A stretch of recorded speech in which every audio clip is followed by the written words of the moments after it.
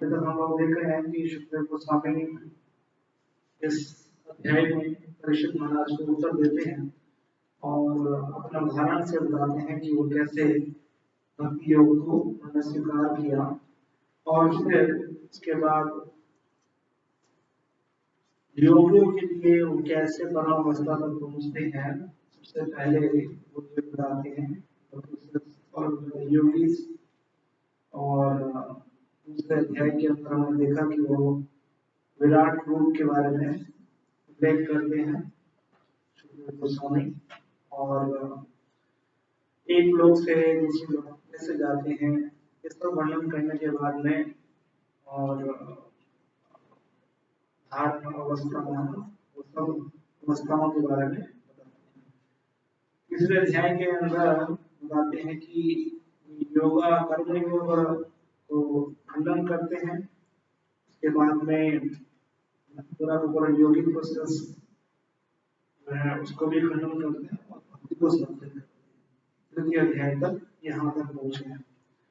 चतुर्थ अध्याय के अंदर परीक्षित महाराज और जिज्ञासा करते हैं शुक्देव गोस्वामी से और किस प्रकार की जिज्ञासा in relation to creation, creation से संबंधित जिज्ञासा करते हैं।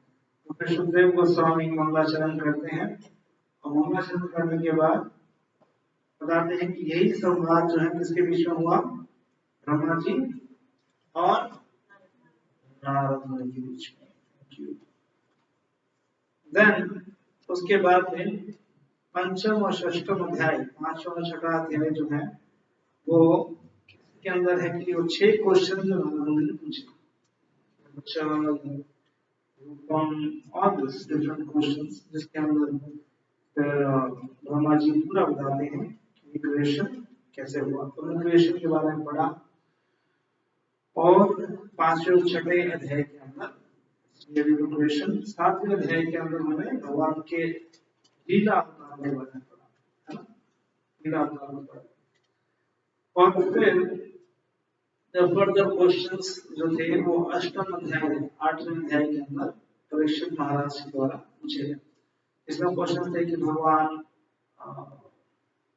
सृष्टि से पहले थे या नहीं थे, दूसरा कि भगवान का इस भौतिक शक्ति का क्या संबंध है, भौतिक शक्ति कैसे कार्य करती है, ऐसे करके जो कई सारे प्रश्न पूछे गए परीक्षित महाराज के द्वारा। और फिर नौवां अध्याय के अंदर जो हमने पहले 4 श्लोक पढ़े थे, याद होगा आप लोगों को। इस नौवां अध्याय में पहले 4 श्लोक के अंदर हमने क्या था, कौन सा क्वेश्चन का आंसर दिया था? हाँ, जीव को भौतिक शरीर कैसे प्राप्त होता है, जीव को भौतिक शरीर कैसे प्राप्त होता है, कैसे गुणों के साथ संसर्ग करता है तो कैसे उसको शरीर प्राप्त होता है। और फिर उसके बाद में जो है then discussing about the Brahma ji और भगवान का संवाद, कैसे ब्रह्मा जी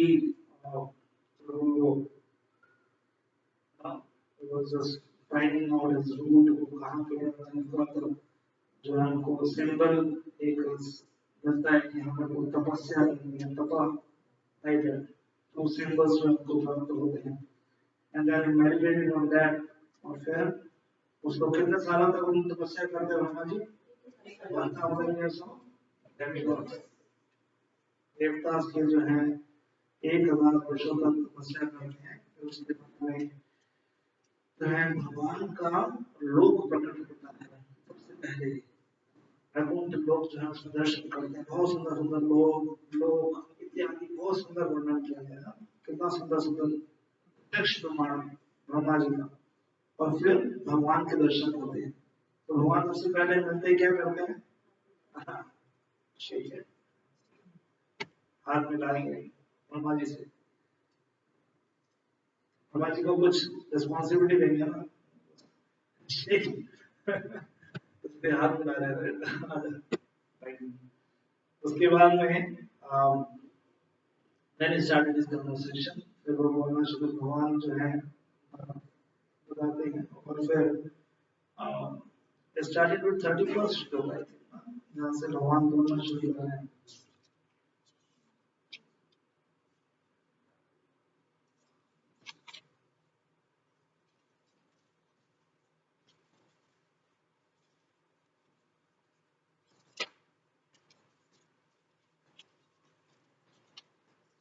31st, हाँ 31st भगवान बोल रहे हैं और कह रहे हैं कि ये ज्ञान गुह्यम में यद विज्ञान संवितम, है ना। तो कह रहे हैं मैं जो ज्ञान डाल रहा हूँ उसमें बहुत ही दिव्य ज्ञान है और इसको ध्यान पूर्वक समझने का प्रयास करो और तो ये मेरी कृपा से ही आपको ये समझ आएगा। यह रूप गुण कर्म का अस्तुति, that is the 32nd word, मत अनुग्रह, मेरे अनुग्रह से ही समझ आएगा। हमने तो पिछली बार में एक श्लोक को चर्चा किया था, अभी तक आगे चलते हैं। ओम नमो भगवते वासुदेवाय, ओम नमो भगवते वासुदेवाय, ओम नमो भगवते वासुदेवाय।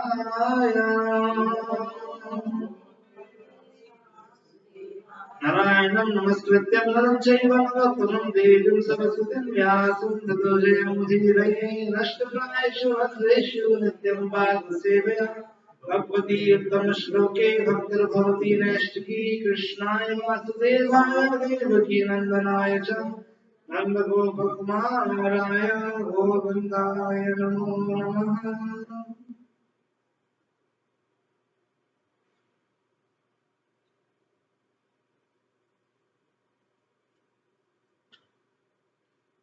हरे कृष्ण। तो कोई मुझे समराइज कर सकता है कि 33rd वर्ष के अंदर जो है क्या बता रहे हैं भगवान?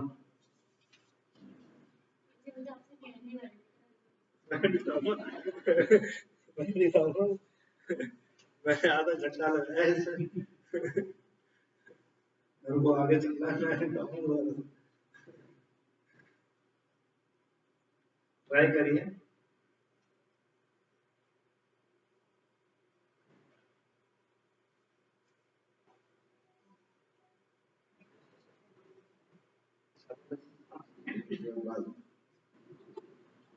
सुना समझे आपने?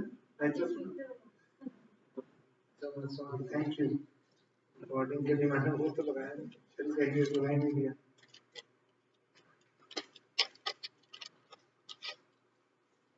बताइए माता जी।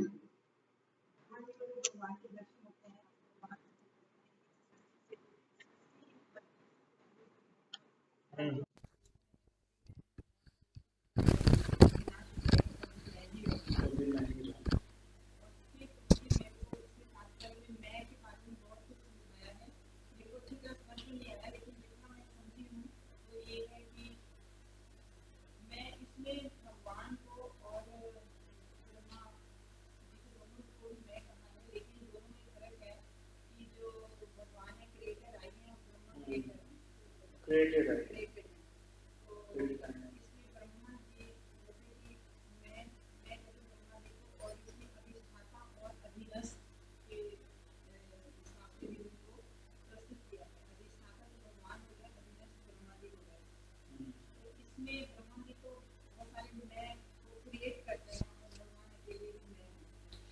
That is okay, वो तो है ही है।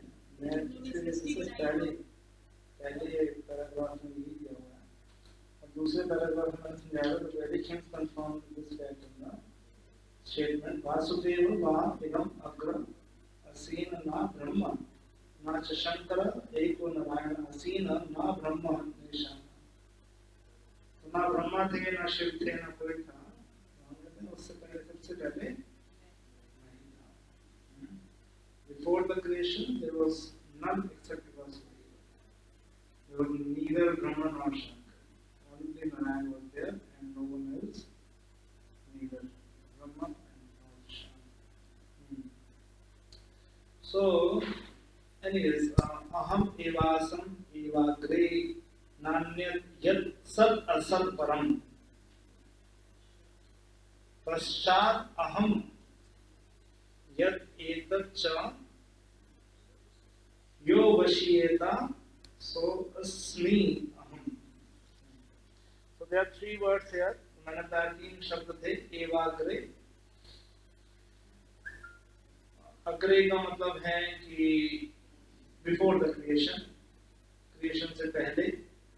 दूसरा है पश्चात, क्रिएशन के बाद, पश्चात। और तीसरा है वशीयता, यानी कि जब सब कुछ नष्ट हो जाता है उसके बाद भी मैं रहता हूँ। तो हमने इसमें चर्चा किया था कि भगवान जब रहते हैं, आसम, जो इसमें शब्द एव आसम, जो आसम शब्द है एग्जिस्टेड, यानी कि पहले थे भगवान। तो भगवान के साथ में भगवान की क्रियाएं, भगवान का धाम, भगवान के वैकुंठ लोक के एसोसिएट्स, ये सभी लोग भगवान के साथ एग्जिस्ट करते हैं, ये सभी एग्जिस्ट करते हैं। आसम, आसम का मतलब ये कि सभी थे। ना अन्य यत् सत्परम, यानी कि जो भी हम इफेक्ट और कॉज मानते हैं सृष्टि का, उन सबसे पहले भगवान एग्जिस्ट करते, परम, यानी कि उनसे ऊपर। पश्चात अहम यत् एतच्च, उसके बाद में भी जो भी वस्तु आप देखते हैं वो भगवान के निर्मित ही सब चीजें हैं, भगवान के अलावा किसी चीज का अस्तित्व नहीं है। और जब ये खत्म हो जाएगा तब भी भगवान, it's clear, right? It's an easy words. अभी तो मुश्किल आ रहा है श्लोक में, तो नेक्स्ट श्लोक थोड़ा और मुश्किल है। ठीक है, ये क्लियर है ना? चलें सेकंड 34 पे चलते हैं। चलिए, ऋतेयर्थम यत् प्रतीयेता न प्रतीयेत चात्मनि, तद्विद्याद् आत्मनो मायां यथा भासो यथा तमः। हे ब्रह्मा, जो कुछ भी आयुक्त प्रतीत होता है, यदि वह मुझसे संबंधित नहीं है तो उसमें कोई वास्तविकता नहीं है। इसे मेरी माया जानो, इसे ऐसा प्रतिबिंब मानो जो अंधकार में प्रकट होता है।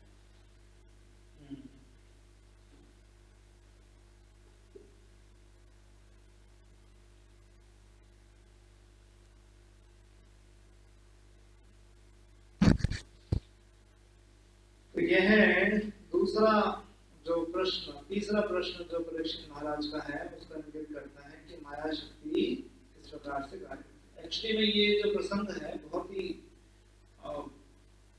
रोचक, क्योंकि हम माया के बारे में तो बहुत बार सुनते हैं, मान करते हैं कि ये शुगुन महिमा माया दुरत्व है, बहुत बार है ना, बहुत सारी जगह पे माया माया माया शब्द जो है। But how this Maya acts, कैसे कार्य करती है, क्या है भगवान की माया, इस श्लोक में जो है बहुत।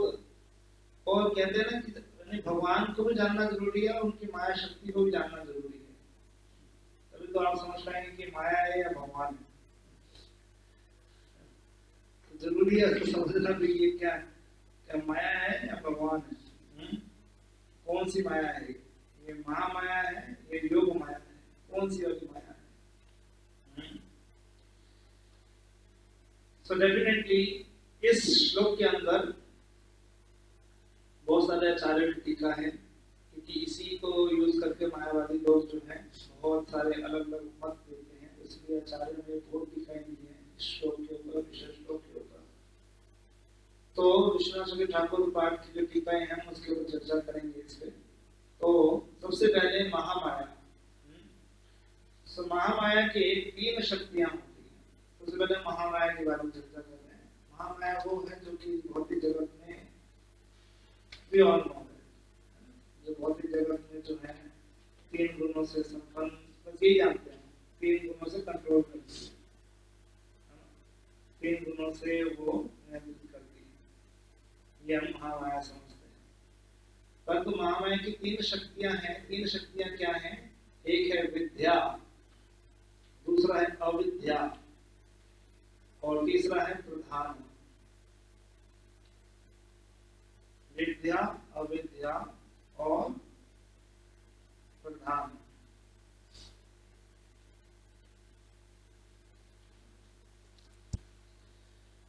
एंड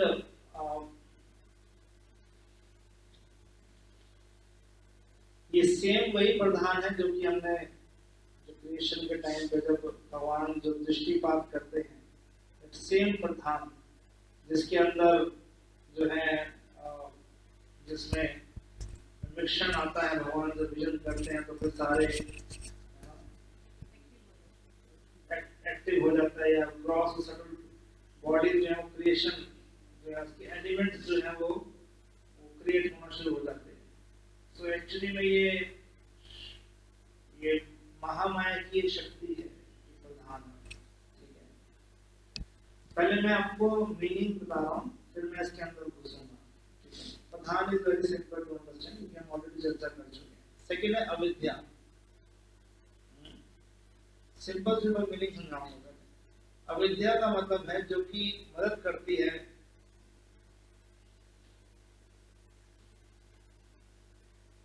आपको आइडेंटिफाई करने के लिए, पहचान कराने में आपके शरीर के साथ। Identify with the material body, शरीर के साथ पहचान कराने में आपकी मदद करती है। क्योंकि भगवान की माया शक्ति है ना, वो बहुत ही वंडरफुली कार्य करती है। भगवान का देवी ही यशु मनो माया, देवी ही यशु मनो में, वेरी वंडरफुल माया, बहुत सुंदर माया। शिव जी कहते भगवान क्या करोगे शिव जी, मैं ऐसे देखकर क्या हो जाएगा उसको देखकर। शिव जी कहते हैं ना, शिव जी कहते हैं, भगवान कहते हैं मोहिनी मूर्ति में, भगवान को वो रूप दिखाओ, वो वाला रूप दिखाओ, तुम क्या करोगे देख के उसको, तुम मोहित हो जाओ, वो क्या करोगे उसको देखकर। और तो भगवान की योग माया कार्य कर रही है वहां पर, भगवान के संबंध में है, भगवान के संबंध में देख रहे हैं, भगवान को ही देखना चाहते हैं एक प्रकार से। तो भगवान को इतना पार कर देते हैं कि भागते हैं शिव जी। परंतु ये अविद्या शक्ति जो है क्या करती है, आपको पहचान कराती है कि आप ये भौतिक शरीर, identify with the material body. फिर है विद्या। तो विद्या शक्ति क्या करती है, विद्या शक्ति करती है कि आपको आइडेंटिफाई कराती है कि आप स्पिरिट सोल हो, आप जीवात्मा हो। आपको ये महामाया करती है, हाँ ये महामाया करती है। This is the role of Mahamaya. तीन शक्तियां हैं, प्रधान, अविद्या और विद्या। Then question is what Yogamaya does that. योग माया क्या करती है, योग माया भगवान के साथ आपके संबंध को जो है स्थापित करती है। समझ आप, आइडेंटिफाई विद द सोल वो भी पूरा नहीं है, वो तो ज्ञानी लोग पहुंच जाते हैं वहां पर। बट आपका रिलेशनशिप भगवान के साथ स्थापित करना, आत्मा का भगवान के साथ स्थापित करना, ये योग माया का कार्य है। क्लियर है? ठीक है, ये डेफिनेशन क्लियर होनी चाहिए, सबसे पहले बेसिस क्लियर होना चाहिए। अब देखते हैं अविद्या किस प्रकार से कार्य करती है। अविद्या ये किस तरह से कार्य करती है, कैसे हमको पहचान कराती है कि आप ये भौतिक शरीर है। So now you can reflect into this words. अब इस वर्ड्स में देखिए, हृदय अर्थम यत् प्रतीयेता ना प्रतीयेता चात्म।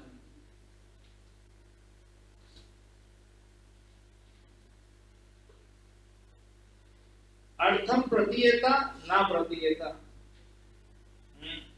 प्रतीयेता का क्या शब्द मतलब है, अपीयर्स टू बी, दिखाती है, ये दिखाती है।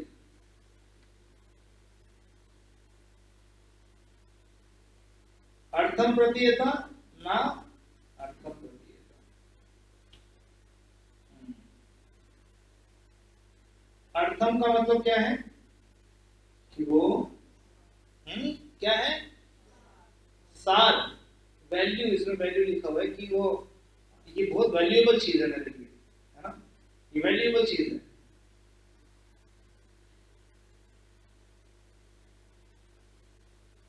तो ये दोनों चीजें जो है कार्य करती है, प्रतीयता, अर्थम प्रतीयता और नाम अर्थम प्रतीयता, नॉट अपीयर्स टू बी। तो अब इसको समझने का प्रयास करिए। और ये दो शक्तियां हैं, मैंने एक कक्षा में डिस्कस किया था, दैट इज अवर्णात्मिका शक्ति और विक्षेपात्मिका शक्ति और प्रेक्षात्मिका शक्ति।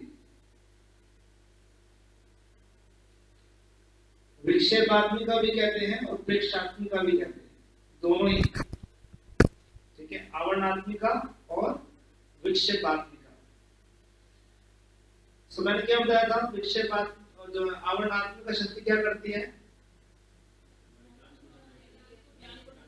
अवर्णात्मिका शक्ति जो है वो बुला देती है कि आप ये आत्मा है, आप जीवात्मा नहीं, आप क्या हो, आप ये शरीर हो। यानी कि पहचान को, आइडेंटिटी को जो है वो छुपा देती है। अभी याद देती कि आपको जो है आपकी आत्मा, दैट इज ये है।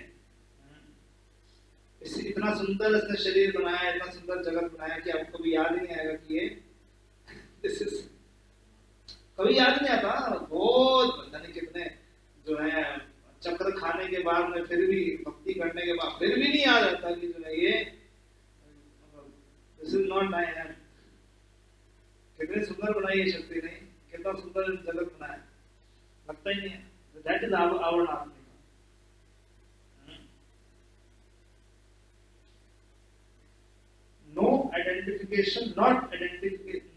Non-identification of soul as self. That is called अवनात्मिका। अपनी पहचान आत्मा से ना करना, ये जो है अवनात्मिका शक्ति करती है। अपनी पहचान इस शरीर के साथ में करना।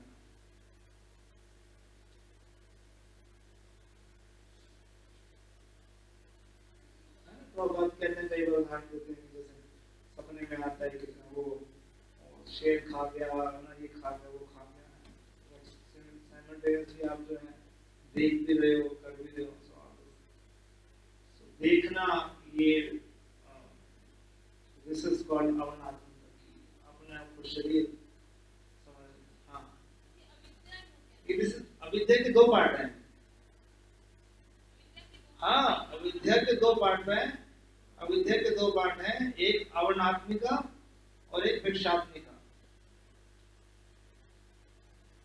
और प्रेक्षात्मिका क्या करती है,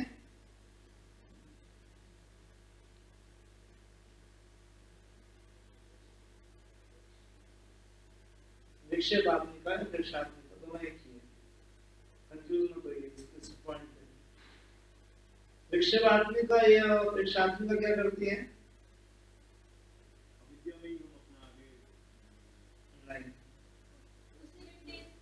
टेस्ट, यस। तो उसमें टेस्ट जो है उसको दिखाते हैं कि हाँ इसी में टेस्ट है, भक्ति में टेस्ट नहीं है। या किसी डिवोशनल सर्विस में या भगवान के लीलाओं में, कथा में, इन सब चीजों में कोई टेस्ट नहीं है। वो बार बार खींचती है, खींचती है, खींचती है, खींचती है, बार बार खींचती है, खींचती है। ना अर्थम प्रतीयता, ना अर्थम प्रतीयता।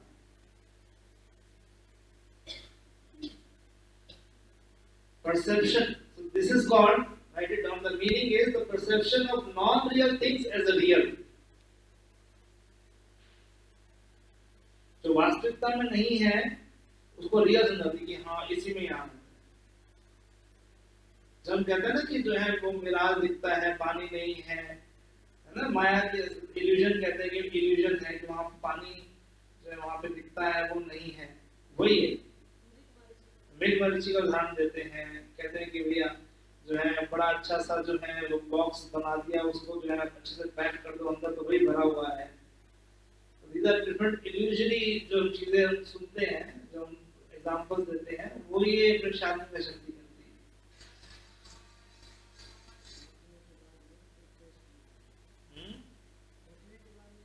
चीज साथ साथ चलती है, दोनों चीज साथ साथ चलती है। ऐसे नहीं कि पहले ये होगा और दूसरा बाद में, दोनों साथ साथ चलते। That is how this avidya acts.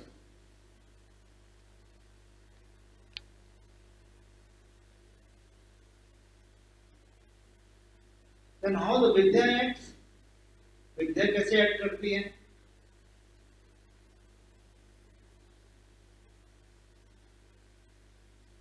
तो महामाया जो है कोई एक, कहते हैं ना प्रिजनर का रोल क्या होता है? क्या होता है प्रिजनर का रोल? जो प्रिजनर, सॉरी, जेलर, जेलर का क्या रोल होता है? सुधारना, basically it is for purification, सुधारने के लिए जो है उसको, है ना? तो आपको ऐसा लग रहा होगा कि ये तो ढक रही है, ये ढक रही है और खींच रही है, परंतु ये विद्या शक्ति भी है।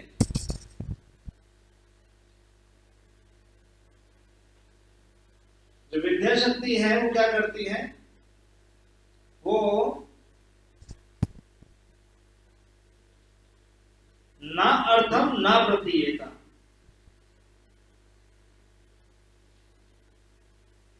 तो वो दिखाती है कि ये शरीर जो है वो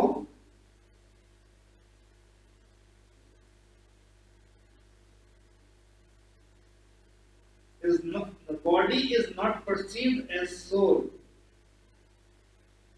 यानी कि उस ज्ञान देती है। विद्या का मतलब ज्ञान देना ही है ना, ज्ञान देती है कि ये शरीर जो है वो, जो सांख्य दर्शन है, बेसिकली सांख्य दर्शन, जो सांख्य दर्शन है उसमें यही होता है कि ये जो है this is matter, this is soul, this is matter, this is soul, ये आध्यात्मिक है, ये भौतिक है, ये आध्यात्मिक है, ये भौतिक है।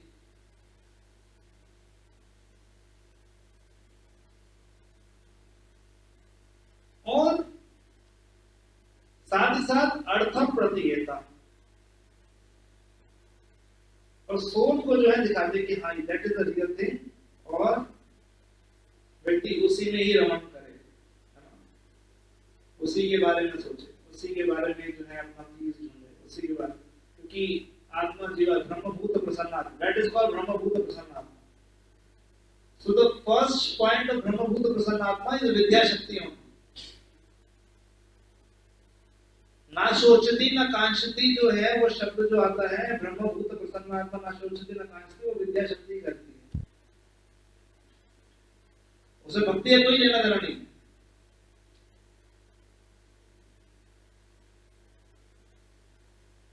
अब कोई पूछेगा कि जो है उसको थोड़ी आनंद कैसे आता है, क्वेश्चन में भी राइज, इसको आनंद कैसे आता है? With the knowledge and the bliss potency of the soul, उसको आनंद आता है।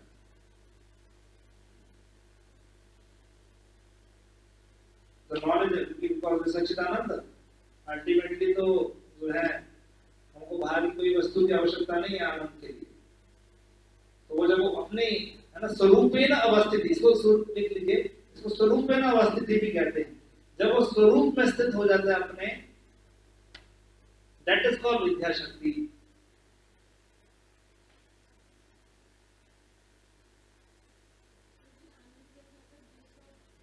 ब्लिस और नॉलेज, नॉलेज भी है ना कि मैं शरीर नहीं हूं, मैं आत्मा हूं, शरीर नहीं हूं, मैं आत्मा हूं।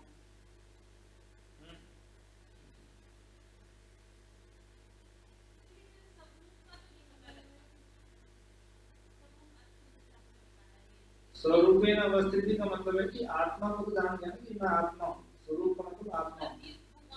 भगवान से रिलेशन तो नहीं हुआ अभी। अब जैसे मैं कहूं कि मैं मिट्टी नहीं हूं, है ना, मैं ये मिट्टी नहीं हूं, जो भी खा रहा हूं मैं ये तो मिट्टी का बना हुआ है, या कुछ भी ले रहा हूं मिट्टी का है, मगर मैं मिट्टी नहीं। तो अपने आप को अलग देख रहा है, उसको नॉलेज है, उसके अंदर ज्ञान है, उसको आनंद आ रहा है। Not illusion. जैसे कोई बोला जाए कि आप जो है आप शुक्र की तरह कार्य नहीं कर रहे, तो क्या लगता है आपको? खुद आनंद मिलता है ना कि हाँ मैं जो है सही रास्ते पे चल रहा हूँ, ज्ञान में हूं मैं। तो ज्ञान का अपना आनंद है, समझ रहे हैं आप? तो नॉलेज और उससे ब्लिस पैदा हो रहा है। तो ज्ञान के अंदर ब्लिस पैदा हो रहा है, उससे जो है वो आनंद ले रहा है, बस खत्म, अपना अपना स्वरूप है अवस्थिति, उसके अंदर वो आनंद ले रहा है। दैट इज कॉल्ड विद्या शक्ति।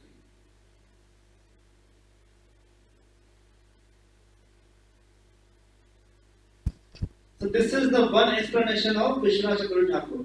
ठीक है, this is one explanation. Second explanation is, दूसरी explanation जो है वो योग माया से संबंधित है। अब इसमें दोनों माया के बारे में समझा रहे हैं, एक तो महामाया के बारे में भी और दूसरा योग माया के बारे में भी।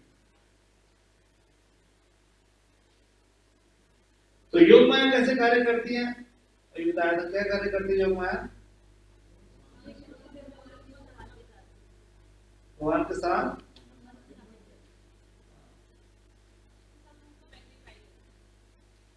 yes, that is the actual purpose of the yoga maya, bring out the emotions in the devotee that is already there.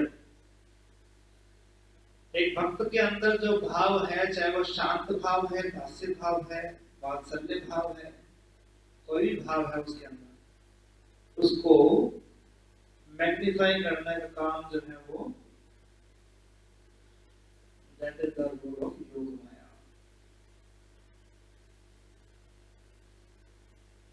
और योग माया का पर्पस है, purpose is assist in Krishna's pastime, Krishna की लीलाओं में सहयोग करना। तो हम कई सारे पास्टाइम हम जानते हैं, माता यशोदा जो है वो मुख में देख रही है, अपने आप को देख रही है, फिर भूल जाती है कि ये जो मैंने क्या देखा, है ना, एक समय भी याद नहीं करती कौन है क्या है, नहीं है, नहीं पूरा बात सब देने, तो योग माया करती है वो सब चीजें। यानी कि उस पूरे पास टाइम का अल्टीमेट क्रस क्या है, माता यशोदा के वात्सल्य को जो मैग्नीफाई करना, that's all it is.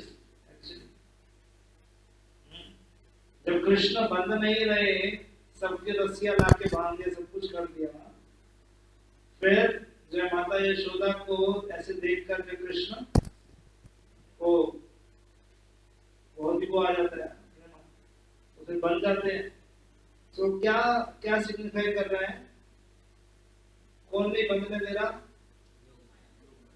Intensify करना चाह रहे हैं, उनके मूड को इंटेंसिफाई करना चाह रहे हैं, माता यशोदा के मूड को इंटेंसिफाई करने के लिए सारी चीजें चल रही है, इतना परिश्रम, इतना ये, इतना वो, सब उससे, और ऐश्वर्य ढके जा रहा है, ढके जा रहा है, ढके जा रहा है, because there is no point of ऐश्वर्य।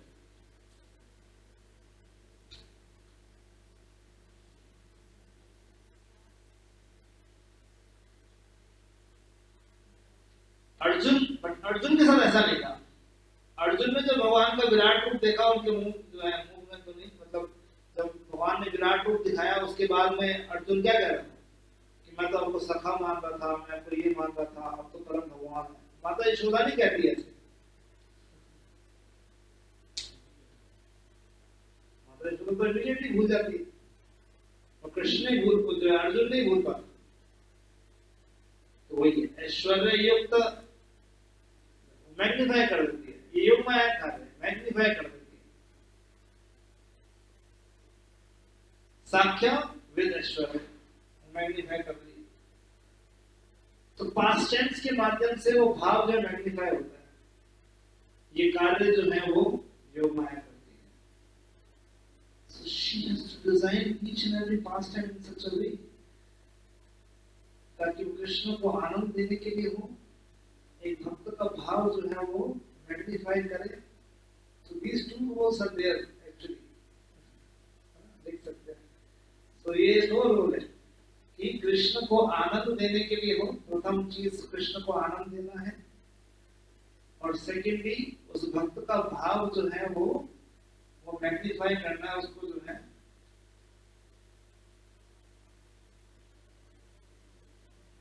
प्रदर्शित करना, उसको बढ़ाना है, उसको दिखाना है।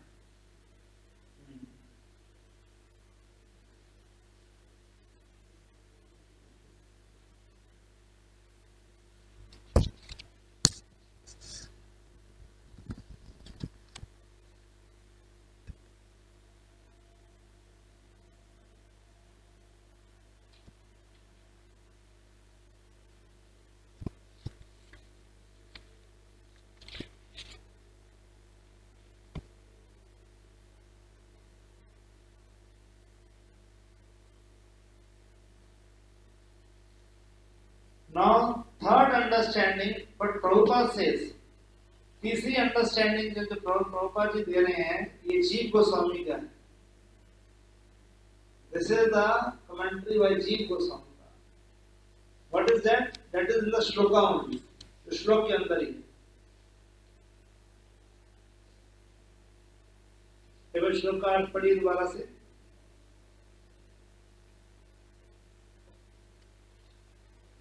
हे ब्रह्मा, जो कुछ भी सारी प्रतीत होता है, यदि वह मुझसे संबंधित नहीं है तो उसमें कोई वास्तविकता नहीं है। हाँ, तो यहाँ पे जो है वो रियल मीनिंग जो इसका श्लोक का है वो उसको दे रहे हैं कि भाई जो भी पीछे नारायण आसीत, अब जो भगवान से रिलेटेड नहीं है वो उसका कोई अर्थ नहीं है, ना अर्थम। समझे आप? मतलब ये एग्जैक्ट मीनिंग दे रहे हैं, जीव को समझे एग्जैक्ट मीनिंग दे रहे हैं। महामाया और माया की बात नहीं कर रहे, कह रहे हैं कि जो भगवान से संबंधित नहीं है दैट इज नो अर्थम, उसका कोई अर्थ नहीं है।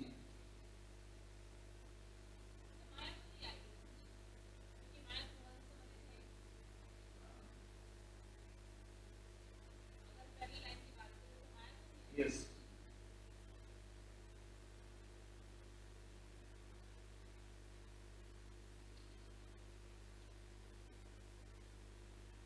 बट दूसरी लाइन पे वो माया आई,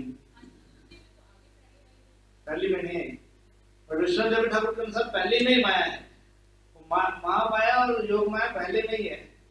ये तो मैंने पढ़ा है कि हृदय अर्थम यद प्रतीयता ना प्रतीयता चात्म, यही तो चीज है, यही तो विश्वनाथ ठाकुर समझा रहे हैं इसके अंदर।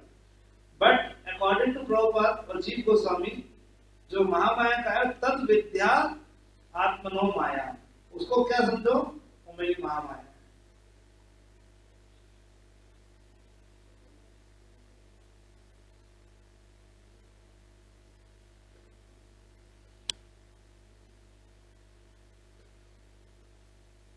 उसको क्या समझो? वो तद विद्या आत्मनो माया, वो मेरी माया, मेरी तो माया कौन सी? वो महामाया। थर्ड है,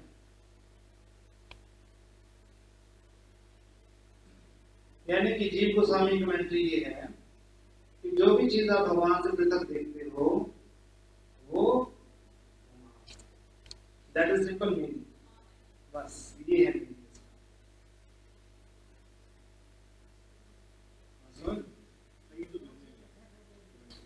तीनों कमेंट्री ठीक, ऐसे थोड़ा ना सही सही गलत देख रहे हैं इसके अंदर, तीनों अलग अलग व्यूज हैं। एक महामाया को पूरा दर्शा रहे हैं कि महामाया कैसे कार्य करती है, एक दर्शा रही है कि जो योग माया कैसे कार्य कर रही है, और तीसरा दर्शा रहे हैं कि जो है आप कोई भी चीज आप भगवान से अलग देख रहे हो तो माया, तब विद्या आत्मनो माया।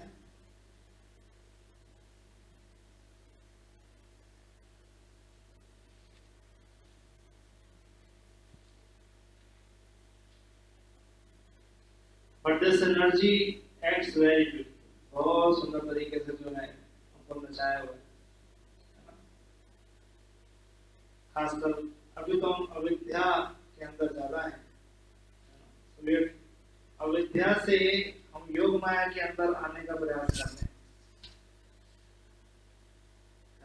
परंतु ये आवरण आदमी का शक्ति और विक्षेप आदमी का शक्ति इतनी स्ट्रांग है, इतनी जो है बलशाली है कि इसको आसान नहीं है, आसान नहीं।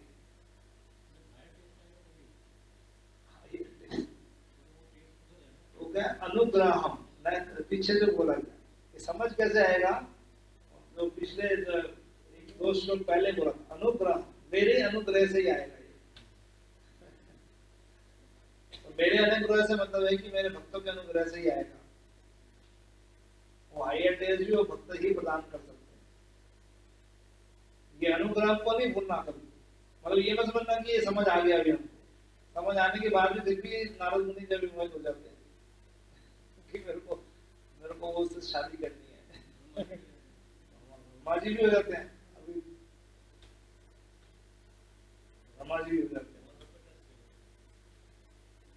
ये माया सबका टेस्ट, जो भी भौतिक जगत में है उस माया देवी सबका टेस्ट ले ही रही है, हर क्षण ले रही है,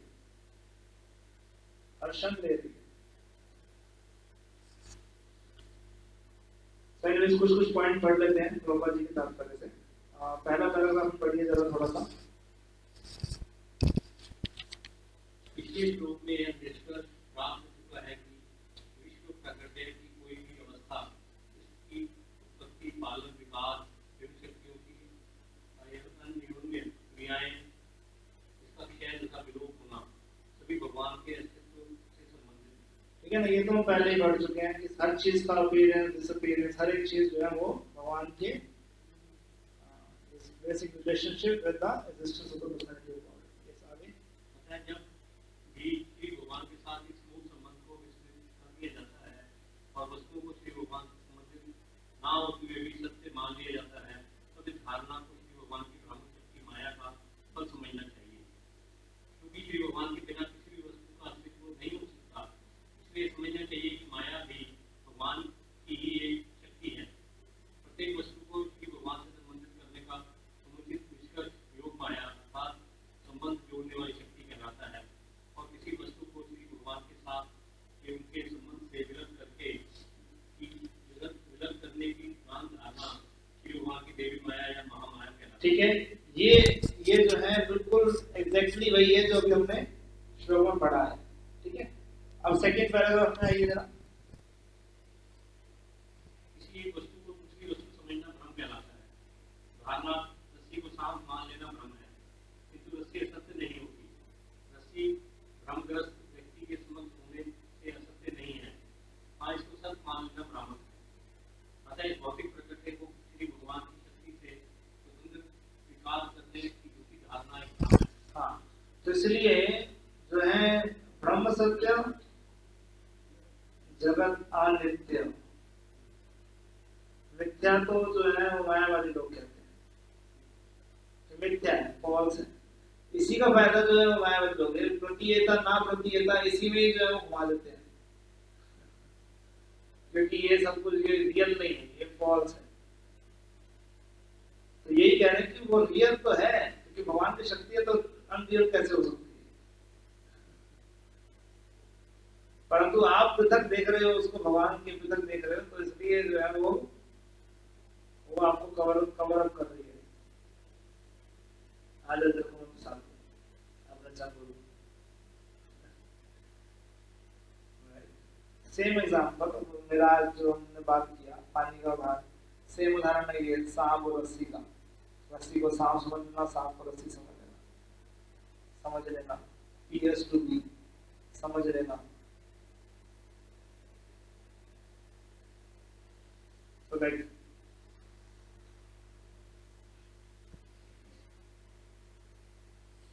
अब श्री प्रभुपाद जी इसी को ही जो है आगे पूरे तात्पर्य में समझा रहे हैं,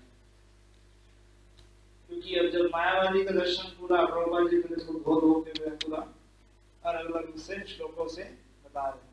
और फिर आम सर्वस्व लोगों कई सारे श्लोक दिए, जगत योनि अनिच्छा, बहुत सारे श्लोकों को करते करते प्रभुपाद जी इसमें आगे लेकर जाते हैं। तो इस श्लोक का निष्कर्ष महामाया के बारे में जो है वर्णन, योग माया के बारे में वर्णन, और साथ में कि जो भी वस्तु जो भगवान से पृथक दिखती है वो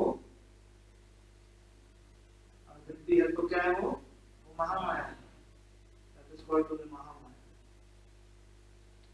Is it clear?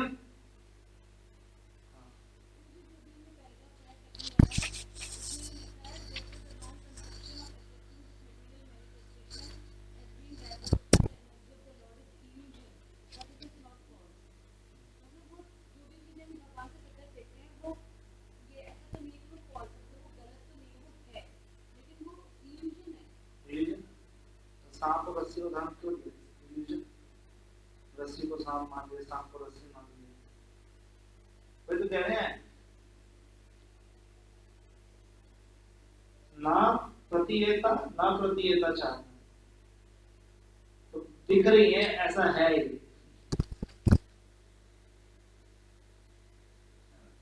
यानी पृथक देख रहे हैं उसको भगवान, तो कितना अच्छा बना है, this is man-made, this is man-made, this is appears to be.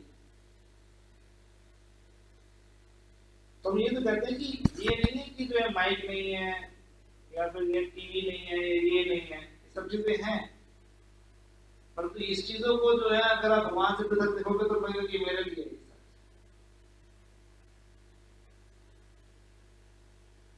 और यही जो है अब इसके अंदर देख लो,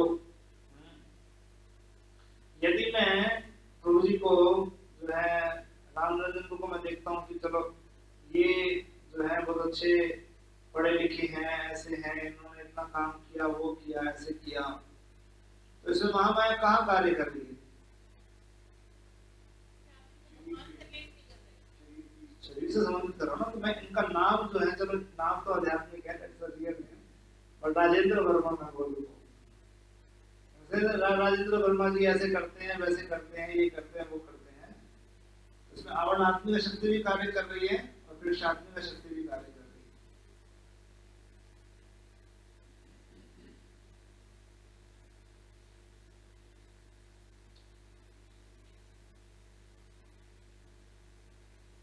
बहुत इंटरेस्टिंग है, जब इसको थोड़ा सा डीपली एनालाइज करोगे ना तो बड़ा आनंद आता है,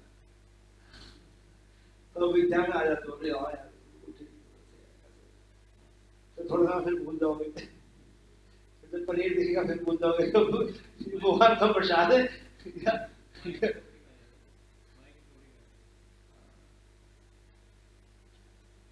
भूल जाते हैं।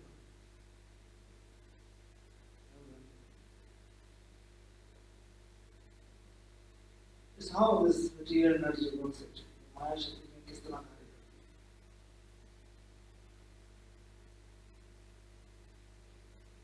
समझ आ रही है? ठीक है। हाँ।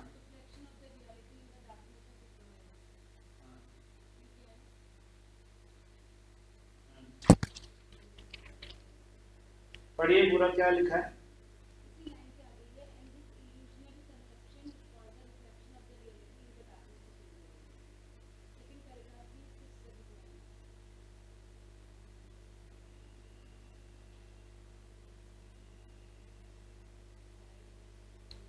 तो बेसिकली वही है कि जो जैसे एक पर्सनालिटी है, तो पर्सनालिटी जब हम चलेंगे तो उसका रिफ्लेक्शन में पड़ता है, शैडो पड़ता है, बट वो पर्सनालिटी है तो वो रिफ्लेक्शन है, वो पर्सनालिटी नहीं है तो रिफ्लेक्शन भी नहीं है, हम रिफ्लेक्शन को रियल मानते हैं।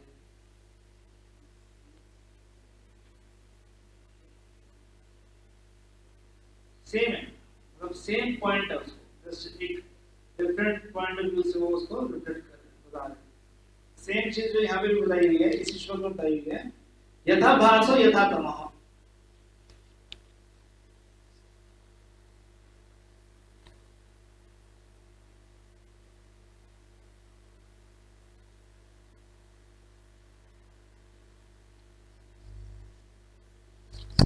Same point, same point.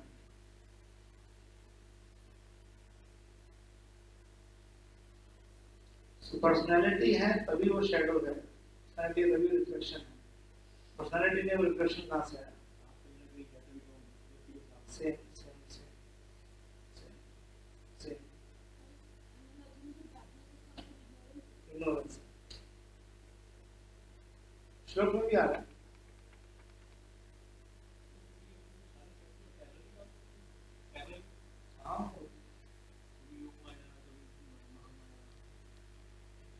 हाँ, so that is अभी हम उसको आगे भी जब और एक्सप्लेनेशन आएगा तो फिर उसमें और समझने का प्रयास करेंगे इसको कि कैसे स्विचिंग हो रही है। इसमें नहीं, चतुश्लोकी में तो सिर्फ जो है क्रिएशन से रिलेटेड समझाया हुआ है।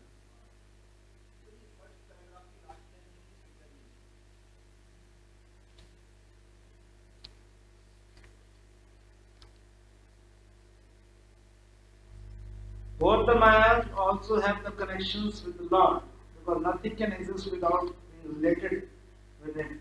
As such, the wrong conception of detaching relationships from the Lord is not false, but illusion.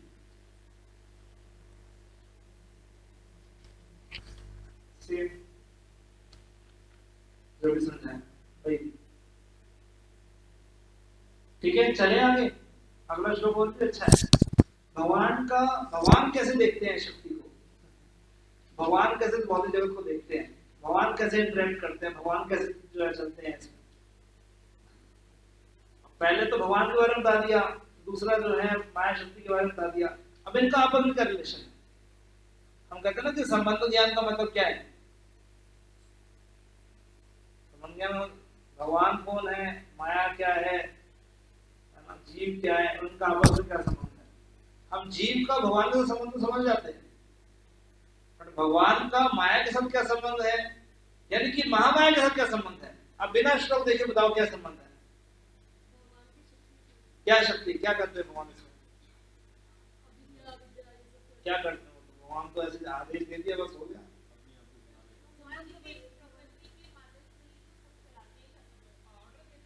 ठीक है, तो फिर भगवान क्या करते हैं यहाँ पे आके, भगवान का कुछ लेना देना है नहीं है, बस यही है।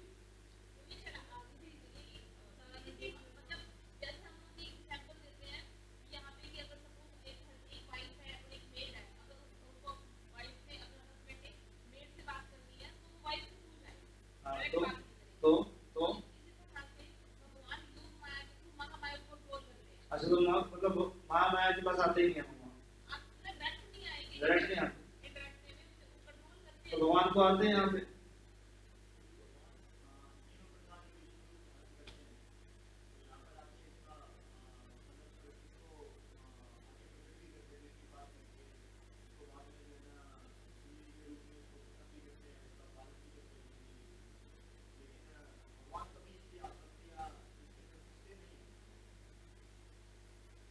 कैसे?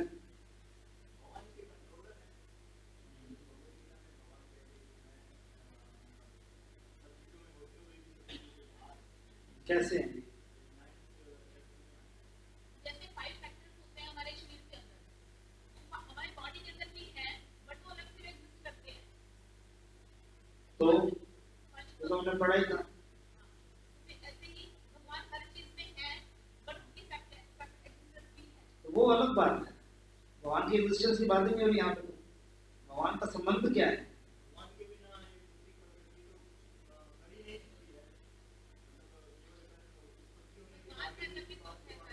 एक्चुअली में ये ऑलमोस्ट ठीक है, राधा नामकू का विश्वनाथ ठाकुर भी यही कहते हैं, वो हम पढ़ते हैं। ठीक है, what Vishwanath Thakur says about how the Lord sees this material energy, Mahamaya को कैसे वो देखते हैं।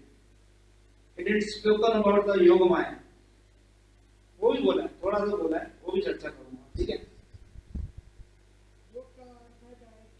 तो यार बोले ऐसा पढ़ रहे। अच्छा चलो पढ़ो बात। यथा यथा महान्ति भूतानि भूतेषु चाष्टेषु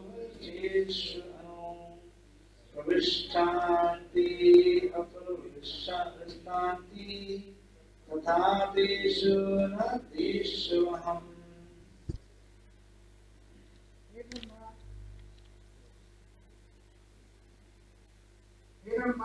ये जान लो कि ब्रह्मांड के सारे तत्व विश्व में प्रवेश करते हुए भी प्रवेश नहीं करते। उसी प्रकार मैं उत्पन्न की हुई प्रत्येक वस्तु में स्थित रहते हुए भी साथ ही साथ प्रत्येक वस्तु से पृथक रहता हूँ। क्या मतलब हुआ इसका? यथा महान्ति भूतानि भूतेषु चावशेषु अनु।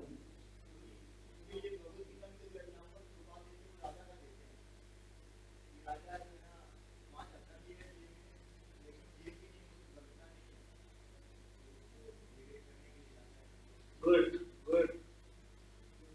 तो विश्वनाथ ठाकुर कहते हैं द एलिमेंट्स, सबसे पहले बोला गया है यथा महान्ति भूतानि।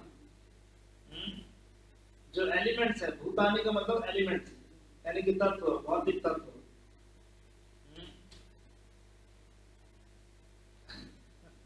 विश्वनाथ ठाकुर कहते हैं ये जो है पृथ्वी अग्नि जलवायु आकाश है, although these are personalities in spiritual world, है कि नहीं?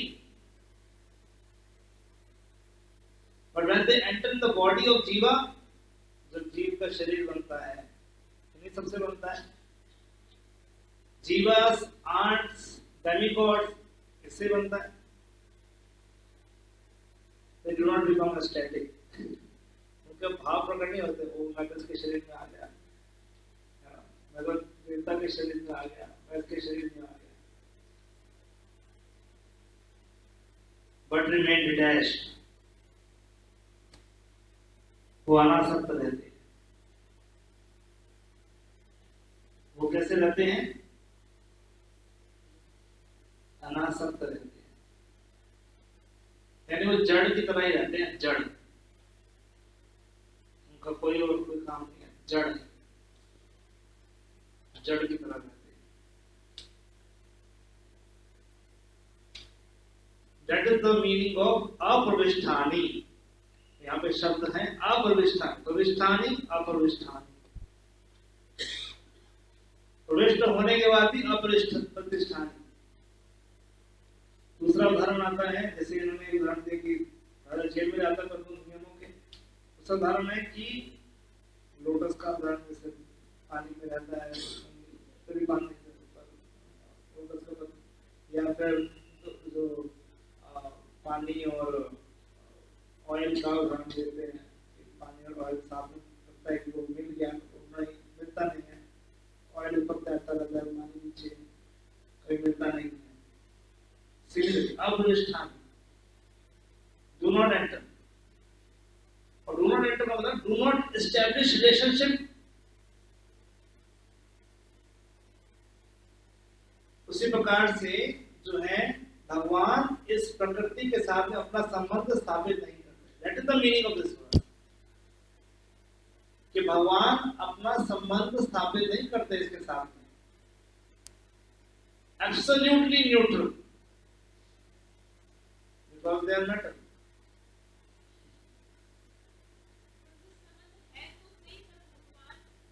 स्थापित नहीं करते. हाँ, संबंध है परंतु कोई उसका कोई लेना देना नहीं. भगवान तो भगवान अपनी शक्ति को देखकर जो है स्टैटिक हो सकते हैं. वही मेरी शक्तियां हैं. पृथ्वी अपनी जलवायु का मेरी शक्तियां मेरे वैकुंठ लोक में जो है कार्य करती है, मेरे सेवा करती है. हम जब भगवान इस आध्यात्मिक जो है इस भौतिक जगत में आते हैं, जब क्रिएशन करते हैं, कुछ करते हैं, तो इससे अनासक्त रहते हैं. इससे अनासक्त रहते हैं.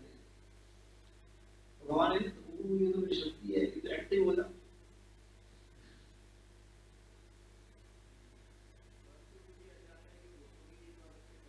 अभी योग माया की बात नहीं करी मैंने. हाँ, अभी योग माया की बात नहीं करी मैंने.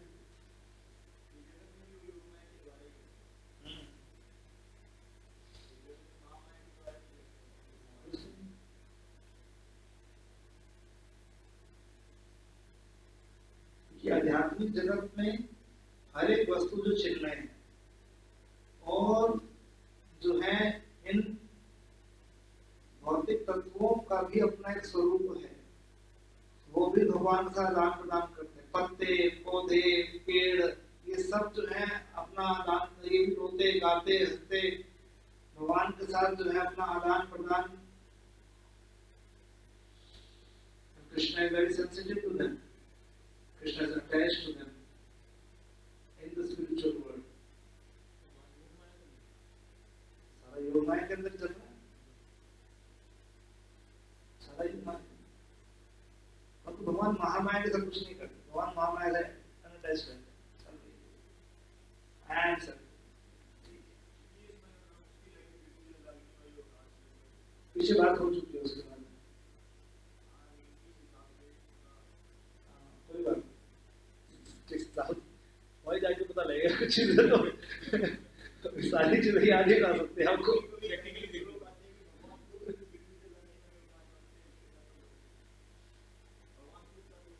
भगवान तो कुछ भी, भगवान तो अपने भक्तों को कृपा करने के लिए कर रहे हैं. भगवान के लिए तो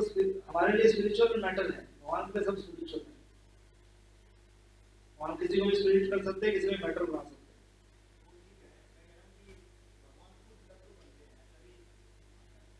और क्या डीटी तत्व की बनी हुई है भैया, और किसकी बनी हुई है? डीटी किसकी बनी है? तत्व की बनी हुई है। भगवान नहीं है क्या वो? भगवान कुछ भी कर सकते हैं।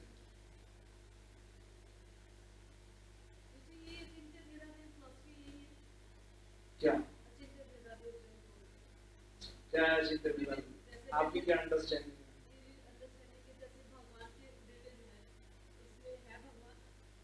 नहीं भी है, नहीं नहीं नहीं,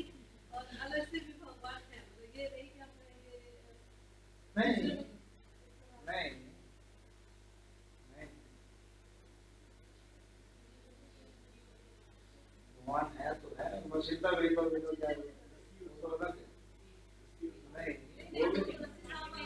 we'll discuss about that later.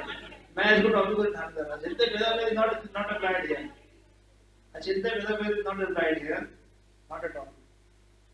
भगवान है तो है, भगवान कहीं प्रकट हो सकते हैं, किसी भी रूप में प्रकट हो सकते हैं, कैसे भी प्रकट हो सकते हैं। भगवान के सारे तत्व बनाया, सब कुछ कर सकते हैं, हर चीज कर सकते हैं। और भगवान वो करते हैं योग माया शक्ति के द्वारा। It's not the involvement of Mahamaya. यानी कि जब भगवान अपने स्वरूप में जो है स्थित हो गए, आ गए हैं, so it's not material elements actually anymore, पर आध्यात्मिक एलिमेंट्स। भगवान जो है that is Krishna only, जो कि खड़े हुए हैं, standing there. Krishna only is standing there.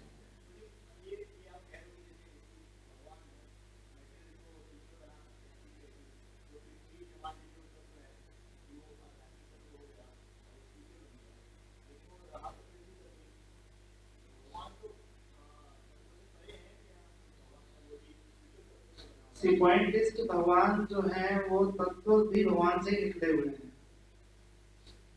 चाहे पृथ्वी है, चाहे अग्नि है, चाहे जल है, चाहे वायु है, तो भगवान किसी भी रूप में प्रकट हो सकते हैं। That is what Prabhupada says. भगवान किसी भी रूप में प्रकट हो सकते हैं।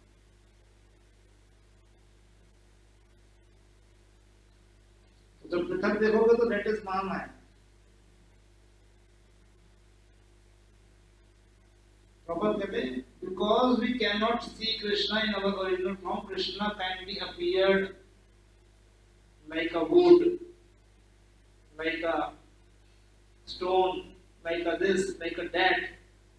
But that does not make any difference of Krishna. That is the exact word of Prabhupada. That does not make any difference of Krishna.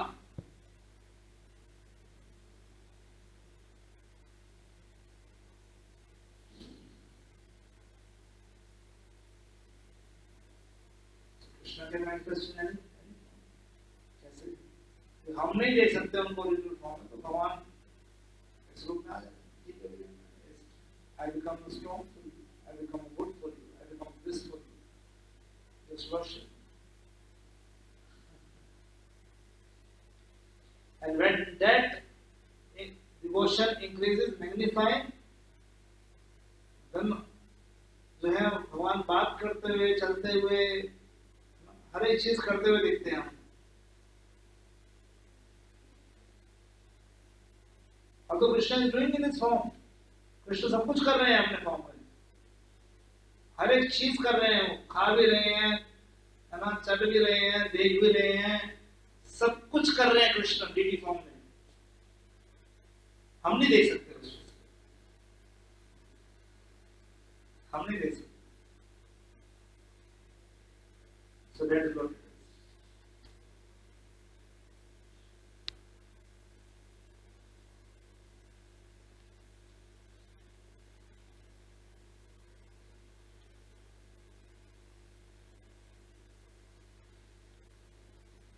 But the elements of spiritual world are completely spiritual. ये योग माया जो है वो उसी का कार्य है कि वो किस प्रकार से उन एलिमेंट्स को, यही चीजों को, the elements of spiritual world, तो वो सारे के सारे एलिमेंट जो है वो जितने भी हैं चाहे कुछ भी है, पृथ्वी, जल, वायु, आकाश, मन, बुद्धि, ये सब अपने अपने पर्सनालिटीज में कर रहे हैं, सेवाएं कर रहे हैं और भगवान का अपना एक संबंध है इन सब के साथ। बट जब यहाँ की बात होती है Krishna become detached. That is what the verse says, अहम। और इसका एक श्लोक भी है, समोहम सर्वभूतेषु। क्या है आगे? Yes, okay. तात्पर्य में देखिए जरा एक बारी, जस्ट टेकिंग यू थ्रू 10वीं लाइन से पढ़िए। The elements were created first and therefore they entered into the bodily construction later. वे सभी एक से तत्व की जड़ इत्यादि से बने और उसी के साथ ये तत्व शरीर से बाहर निकले। पहले तत्व की उत्पत्ति हुई, अतः वे शरीर के बाद वे प्रविष्ट हुए। किंतु दोनों ही दशाओं में वे विश्व में प्रविष्ट हुए और नहीं भी प्रविष्ट हुए। इस प्रकार परमेश्वर अपनी विभिन्न शक्तियों तरंगा तथा परिणता सहित इस ब्रह्मांड। समझे आप लोग क्या लॉजिक प्रॉब्लम इसको एक्सप्लेन कर रहे हैं? जो इसमें श्लोक में बोला गया है कि एलिमेंट्स वर क्रिएटेड फर्स्ट, उसके बाद में जो है ये एंटर करते हैं बॉडी के अंदर, ठीक है ना? But in both the circumstances they enter the Cosmos and also did not enter. Similarly,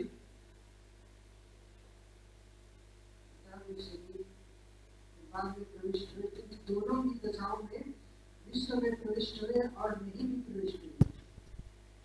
इसी प्रकार परमेश्वर अपनी विभिन्न शक्तियों अंतरंगा तथा बहिरंगा सहित इस ब्रह्मांड को ब्रह्मांड की प्रत्येक वस्तु के भीतर स्थित है। उसी के साथ साथ वे प्रत्येक वस्तु के बाहर वैकुंठ लोक में स्थित हम रहते हैं, जैसा कि पहले कहा जा चुका है। सब आगे बढ़िए थोड़ा सा और आगे। यहाँ पे 2 श्लोक प्रभुपाद जी उदाहरण दे रहे हैं ब्रह्म संहिता के, आनंद चिन्मय रस प्रतिभार का। इन 2 श्लोकों के बाद में हम देखिए पैराग्राफ है, the impersonalist can imagine or even perceive that the supreme Brahman। वाली कल्पना कर सकते हैं कि चाहे तो देख सकते हैं कि परब्रह्म सर्वव्यापी है। इस प्रकार के इस निष्कर्ष पर पहुंच जाते हैं कि उनके साकार होने की कोई संभावना नहीं है। यही भगवान के दिव्य ज्ञान का रहस्य है।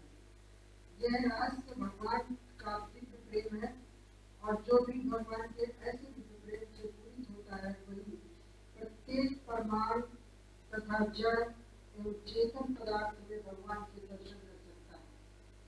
साथ ही वो भगवान को उसके धाम गोलोक में अपने नित्य पार्षदों के साथ जो उनके विस्तार है नित्य लीला करके देख सकते हैं। यही दृष्टि आध्यात्मिक ज्ञान का वास्तविक रहस्य है।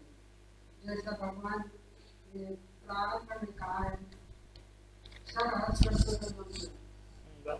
ओके, ठीक है। तो इस प्रकार इस पैराग्राफ में हम समझते हैं कि प्रभुपाद क्या कह रहे हैं, वो प्रेम के अंदर से ही आप समझा जा सकता है, नॉट पॉसिबल अदरवाइज। देन इसके बाद प्रभुपाद फेमस श्लोक का प्रेमांजन चलित भक्ति विलोचनेन। इन द नेक्स्ट पैराग्राफ, इसके अगले पैराग्राफ में नीचे से 5वीं line, the man with the poor fund of knowledge can not understand. कहाँ से पढ़ रहे हो?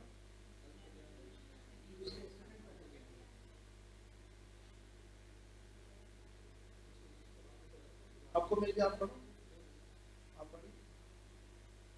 आत्मज्ञान की पूर्व इसे नहीं समझ पाता, जैसे वे भौतिक विज्ञान के अंतर्गत एविडेंस के द्वारा दोनों की वस्तु देख सकता है। वस्तु आध्यात्मिक दृष्टि से दोनों को व्यक्ति अपने हृदय में श्री भगवान के नाम का एविडेंस प्राप्त कर सकता है कि भगवान के ज्ञान का यही है। ठीक है, तो इस श्लोक के अंदर हमको भगवान का इस महामाया के साथ में, इस माया शक्ति के साथ में क्या संबंध है, कैसे भगवान एनेक्ट करते हैं। यस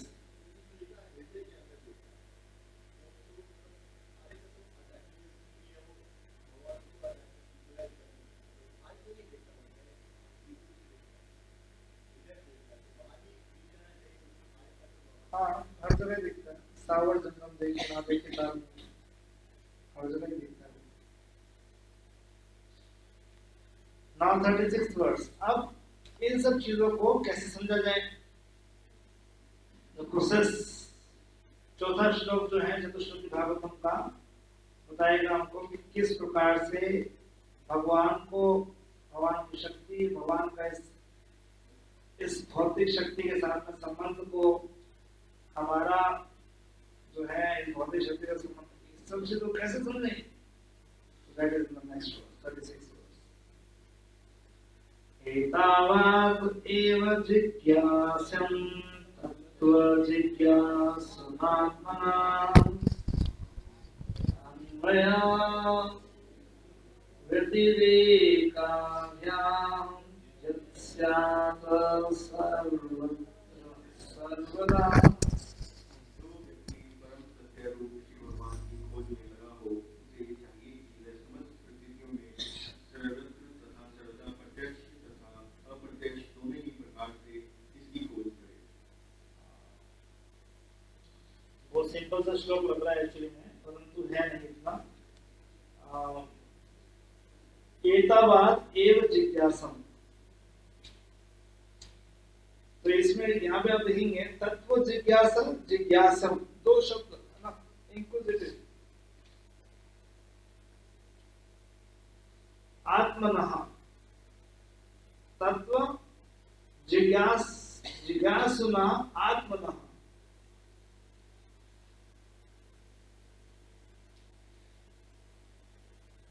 और अन्वय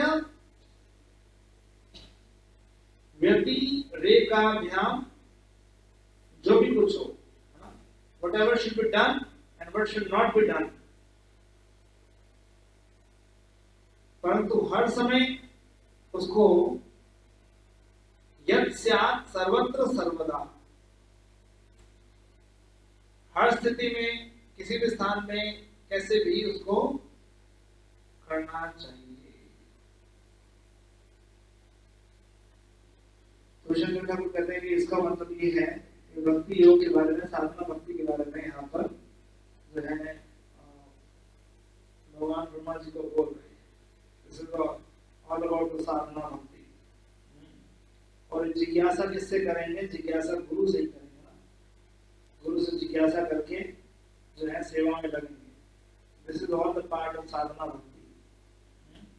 जिज्ञासा शब्द, जिज्ञासा वो जिज्ञासु श्रेय उत्तम, जिज्ञासा करके जब गुरु के पास में जाएंगे, गुरु के पास जाते हैं जिज्ञासा करने के लिए, और गुरु जो बताते हैं उस प्रोसेस को हम फॉलो करते हैं। तात्पर्य पढ़िए जरा, पहले 3 लाइनें। जैसा पिछले श्लोक में कहा गया है, इट्स इजी, मतलब ये श्लोक जो है थोड़ा इजी है, क्योंकि इसमें फॉलो करने के होता है कि कैसे आप जो है जान पाओगे, कैसे आप जो है अंडरस्टैंड कर पाओगे। पहले भी बोल रहे हैं अनुग्रह, और अब प्रोसेस बता रहे हैं कैसे करना है। भक्ति योग के रहस्य को जान लेना ही जिज्ञासु के लिए समस्त जिज्ञासाओं की परम अवस्था या उनका परम लक्ष्य है। प्रत्येक व्यक्ति भिन्न भिन्न ढंग से आत्मसाक्षात्कार की खोज में लगा हुआ है, चाहे वह कर्म योग से, ज्ञान योग से हो, या ध्यान योग या राग योग। So anyway, this is the point of the mystery of भक्ति योग। सारे जिज्ञासाओं का अल्टीमेटली स्रोत क्या है? वो भक्ति योग के विषय में जानना। Now read the next paragraph. वेदांत दर्शन जीवन विषय इसी जिज्ञासा से प्रारंभ होता है, और श्रीमद् भागवतम ऐसी समस्त जिज्ञासाओं का इस बिंदु तक अथवा समस्त जिज्ञासाओं के रहस्य का उत्तर देता है। हम चाहते थे कि श्री भगवान उन्हें पूरी तरह शिक्षित कर दें, और यहाँ पर श्री भगवान द्वारा दिया गया उत्तर 4 संक्षिप्त श्लोकों में अहम एक श्लोक से एतावाद एव, up to this certainty. Yes. यही आत्मसाक्षात्कार विधियों का समापन है। बस श्री प्रभुपाद जी इसके तात्पर्य में पूरा आध्यात्मिक गुरु की आवश्यकता और गुरु परंपरा से जुड़ने की आवश्यकता, और फिर उसके बाद में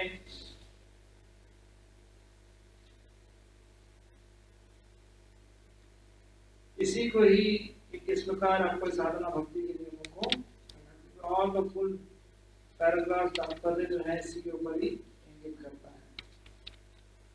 ठीक है, तो these are the 4 Chatushloki Bhagavatam.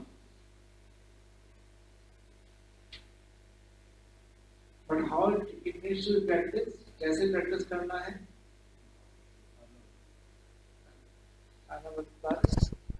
37 में श्लोक बताया गया कैसे प्रैक्टिस करना है।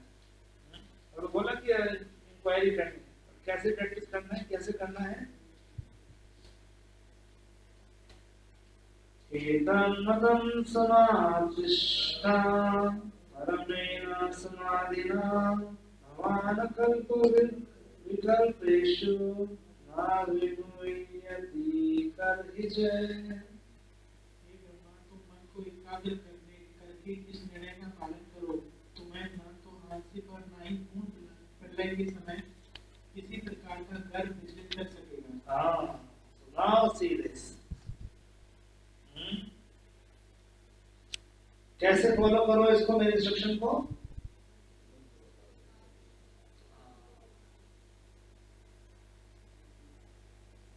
समाधिष्ठा परमेण समाधिना। Follow this in detail with determination. Fixed concentration. और आपको क्या नहीं छुएगा? गर्व नहीं छुएगा। भगवान कल्प विकल्पेषु ना विमुह्यति कर्हिजय, है ना? बिल्डर नहीं हो गया।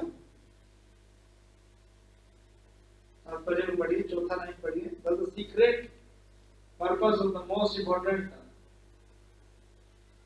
इस प्रकार भागवत के महत्वपूर्ण निष्कर्ष का कोयम सार श्रीमद् भागवतम के मूल वक्ता द्वारा व्यक्त किया गया है, और वे ही अर्थात भगवान श्री कृष्ण भगवद गीता के मूल वक्ता थे। अनेक व्याकरणों तथा झगड़ालू भक्तों ने श्रीमद् भागवत के इन 4 श्लोकों की झूठी व्याख्या प्रस्तुत करने का प्रयत्न किया है। ये तो स्वयं भगवान ने ब्रह्मा जी को उपदेश दिया कि वे उनके द्वारा बताए गए सुस्थिर निर्णय से विचलित ना हो।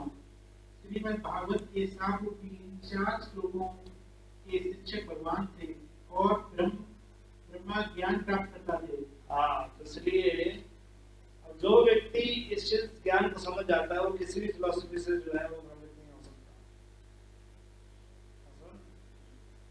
भगवान ने आशीर्वाद दे रहे हैं ब्रह्मा जी को, यदि आप अपना ध्यान केंद्रित करते हैं, follow the conclusion by fixed concentration of mind, and no pride will disturb you, neither in the partial nor in the final devastation.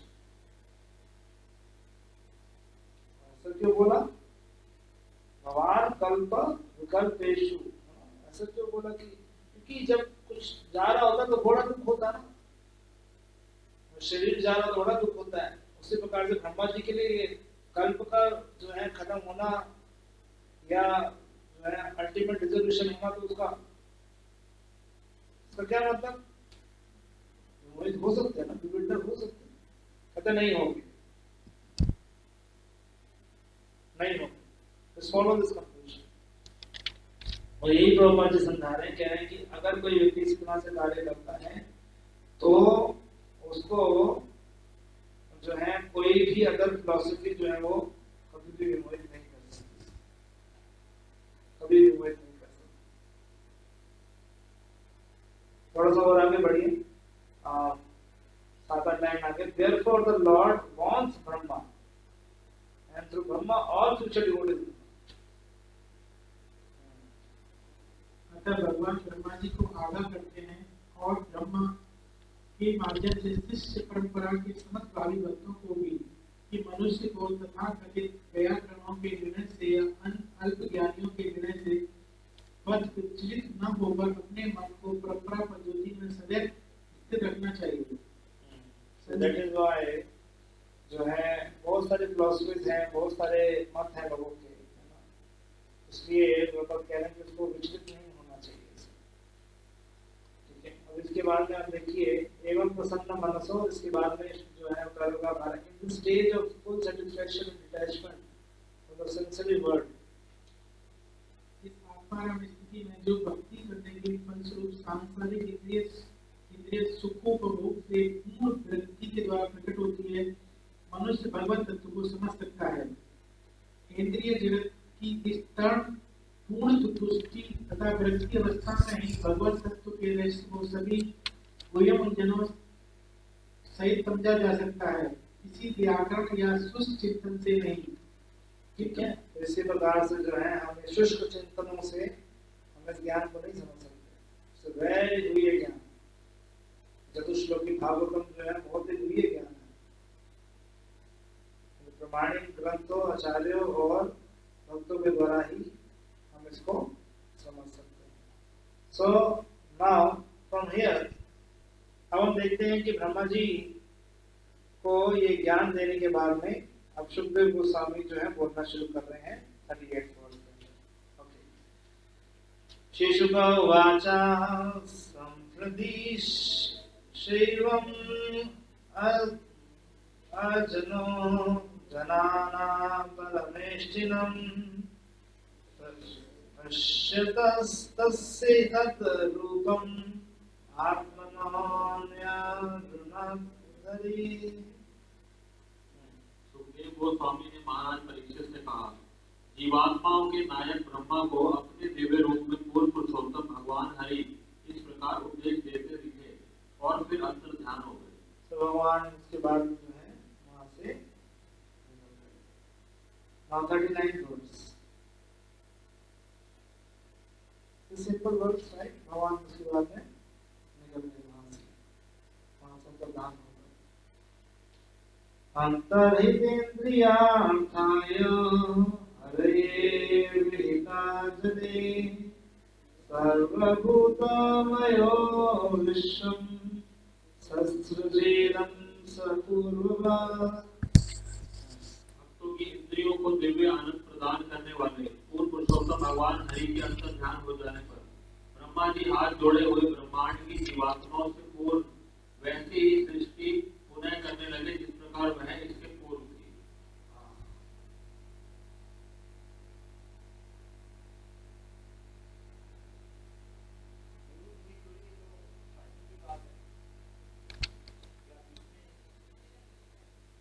पूर्ववत जो है इसका इम्पोर्टेंट शब्द है पूर्ववत। पूर्ववत इसी की टीका जो मिश्रण जो ठाकुर करते हैं, पूर्ववत कैसे? ये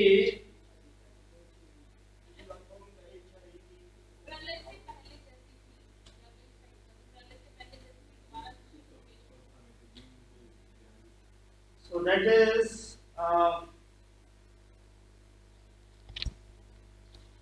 because एक कल्प का मतलब है वन डे ऑफ ब्रह्मा। एक कल्प का मतलब है one day of, so that is another day. ये जो बात हो रही है ये अनदर डे की बात हो रही है।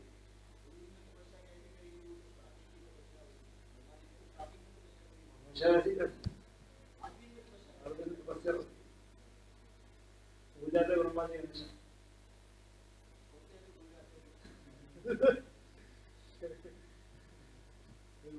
कैसे करना क्या करना,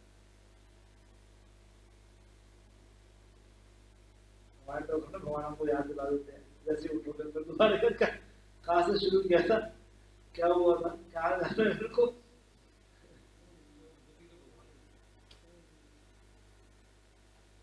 तो ये विमुह्यति जो शब्द आया था ना, विमुह्यति, वो विबिल्डर नहीं होते।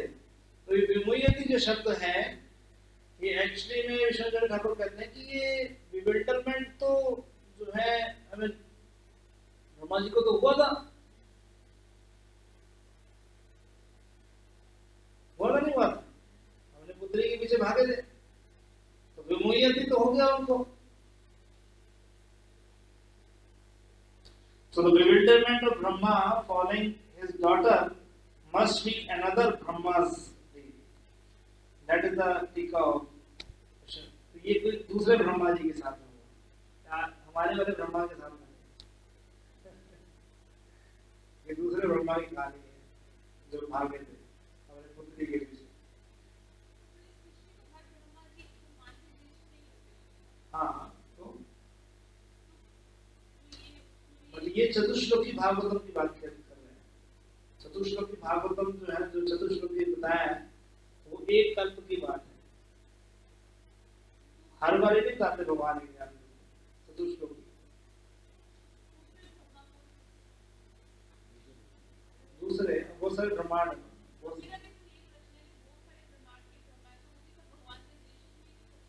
हाँ तो विमुह्यति बोला ना यहाँ पे, विमुह्यति नहीं होंगे, बिल्डर नहीं होंगे। ब्रह्मा जी तो बिल्डर हो जाते हैं, पर वो दूसरे ब्रह्मा के हैं। विष्णु ठाकुर जी कहते हैं दूसरे ब्रह्मा है। आचार्य बता इसलिए आप समझ रहे हैं, और कोई ब्रह्मांड नहीं है इसका। Now, don't talk on this. और second point is कि फिर अब कहेंगे वो ब्रह्मा विबिल्डर नहीं होते तो फिर जो है भगवान श्री कृष्ण के बारे में विबिल्डर हो गए। ब्रह्म विमोल लीला, so that is तो विष्णु ठाकुर कहते हैं उसके बारे में कि this bewilderment with Krishna is yoga maya.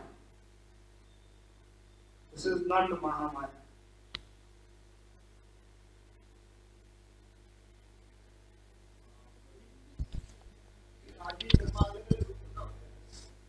नहीं, ब्रह्मा जी तो एक ही बड़ो ज्ञान पूछते हैं।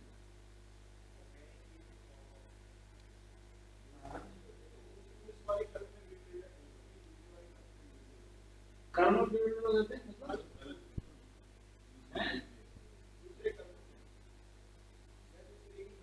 नहीं। अब जब ये बात हो गई है तो अब जो है कभी विविल्डर आगे के लिए नहीं बोल रहे कि आप विविल्डर नहीं होंगे इससे। At least for this kalpa you will not be bewildered, you can understand by this कि इस कल्प के लिए आप कभी विविल्डर नहीं होंगे।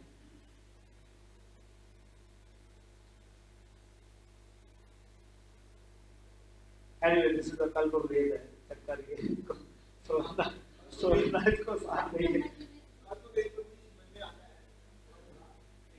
ये कल्प वेद का ही पॉइंट है वो। भगवान ने नहीं दिया, ये तो जो है सुखदेव गोस्वामी बोल रहे हैं।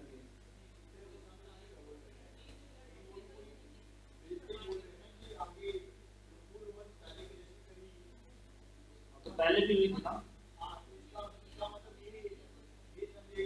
So this is another day of Brahma. Another day. That's what Vishnu Thakur says. It's another day of Brahma. अब आप भूल तो क्यों मत बोल। तो विष्णु ठाकुर कह रहे हैं कि जब कोई और ब्रह्मा भी हो सकते हैं।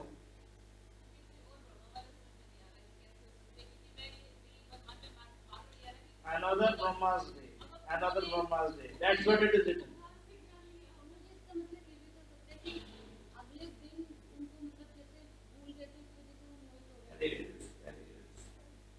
ये ब्रह्मा जी जो हैं वो पॉइंट इसके पूर्व भक्त का मतलब है कि पहले की तरह उन्होंने वो सृष्टि को किया और जो है वो अब इस कल्प के अंदर विविल्डर नहीं होंगे, ये भगवान ने आश्वासन दिया पीछे। रीड द तात्पर्य में दूसरे पैराग्राफ पढ़िए।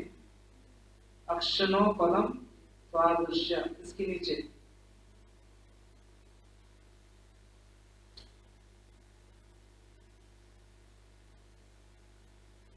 माइक।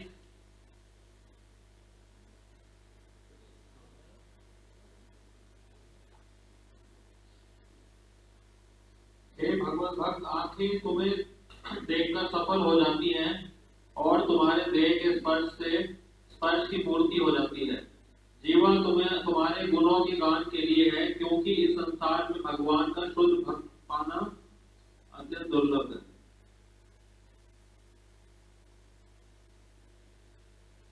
तो बेसिकली तो यहाँ पर जो है कि सबसे पहला इसमें आप देखेंगे यही बताया गया है, अंतर हितेन्द्रियार्थ हरये वेदांजलि। यहाँ पे इंद्रियों के विषय में बताया गया है कि उसका अल्टीमेट पर्पस जो है वो भगवान को संतुष्ट करना है। ये बहुत इंपॉर्टेंट श्लोक है हरि भक्ति सौभाग्य का, इसलिए हम इसको पढ़ रहे हैं। और devotee of the Lord, the purpose of the visual sense is fulfilled simply by seeing you. आपके दर्शन होते हैं तो उसका पर्पस जो है वो सॉल्व हो जाता है। Touch your body, the fulfilment of the body with touch. आपका जो स्पर्श करते हैं तो फिर वो स्पर्श का the tongue is meant for glorifying your qualities। इस जीवा का पर्पस जो है आपके गुणों का मान करना है। Because the word in this word, a pure devotee of the Lord is very difficult to find। सुदुर्लभा Bhagavata ही लोके, ऐसे भगवत भक्त का मिलना प्राप्त होना जो है वो क्या है, सुदुर्लभा है। So now in the final 6 verses, 6 श्लोकों के अंदर 40 से 46 श्लोक के बीच में आप the Brahma's conversation with Narad मुनि। Now conversation के अंदर conversation, भगवान की conversation ब्रह्मा के साथ में, and now Brahma's conversation with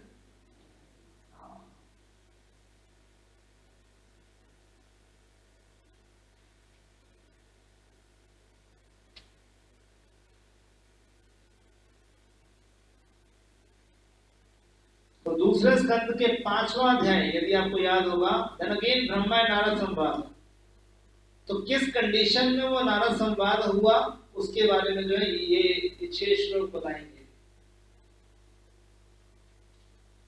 किस कंडीशंस में जो है वो नारद संवाद हुआ, तो 6 श्लोक के अंदर यहाँ पे वर्णन, यानी कि बेसिकली परंपरा को ही बताते हुए कि भगवान ने ब्रह्मा को ज्ञान दिया, ब्रह्मा ने नारद मुनि को ज्ञान दिया, नारद मुनि ने व्यासदेव को ज्ञान दिया, व्यासदेव ने फिर सुखदेव गोस्वामी को, और फिर सुखदेव गोस्वामी से परीक्षित महाराज। तो बेसिकली जो है ये गुरु परंपरा को स्थापित करने के लिए 6 श्लोक जो है बोले जा रहे हैं।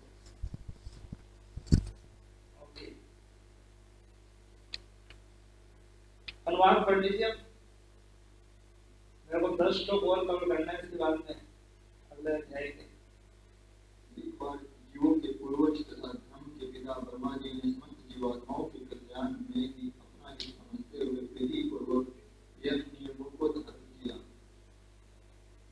ब्रह्मा के उत्तराधिकारी पुत्रों में सर्वाधिक प्रिय नारद अपने पिता की सेवा के लिए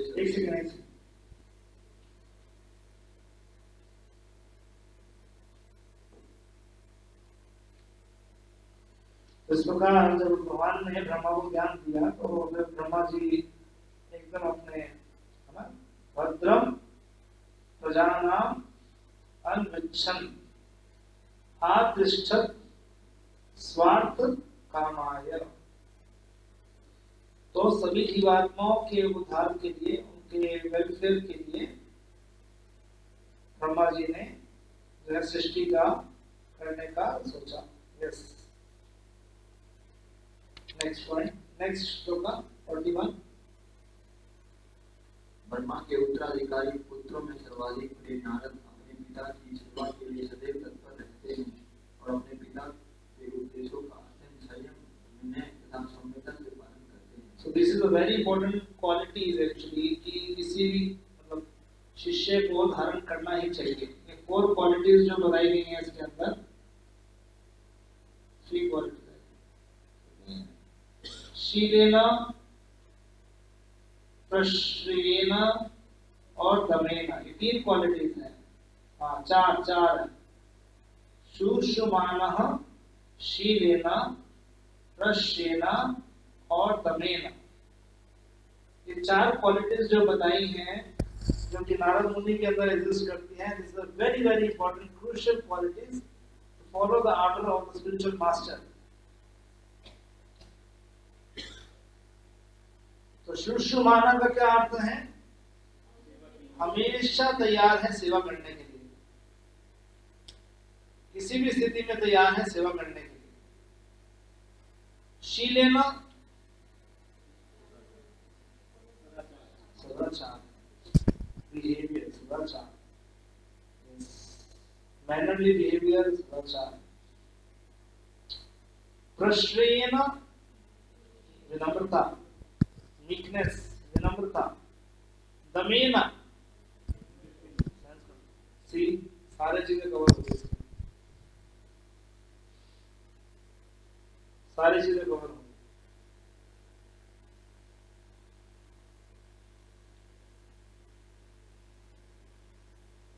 हमेशा तैयार हैं अच्छे बिहेवियर से, विनम्रता से और इंद्रिय संयम करते हुए। नेक्स्ट वर्स पढ़िए।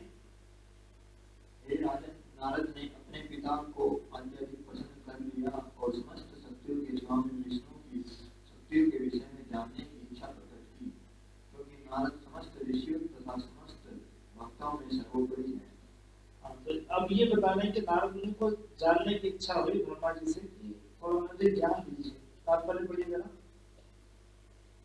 ब्रह्मांड के समस्त जीवों की सृष्टा होने के कारण ब्रह्मा अनेक विख्यात पुत्रों के जनक हैं, यथा दक्ष, नारद, सनक आदि के जनक हैं।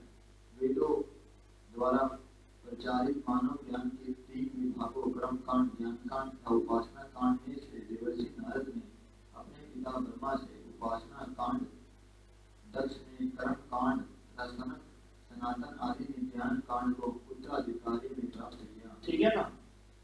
तो ये 3 कांड हम जो पढ़ते हैं, है ना,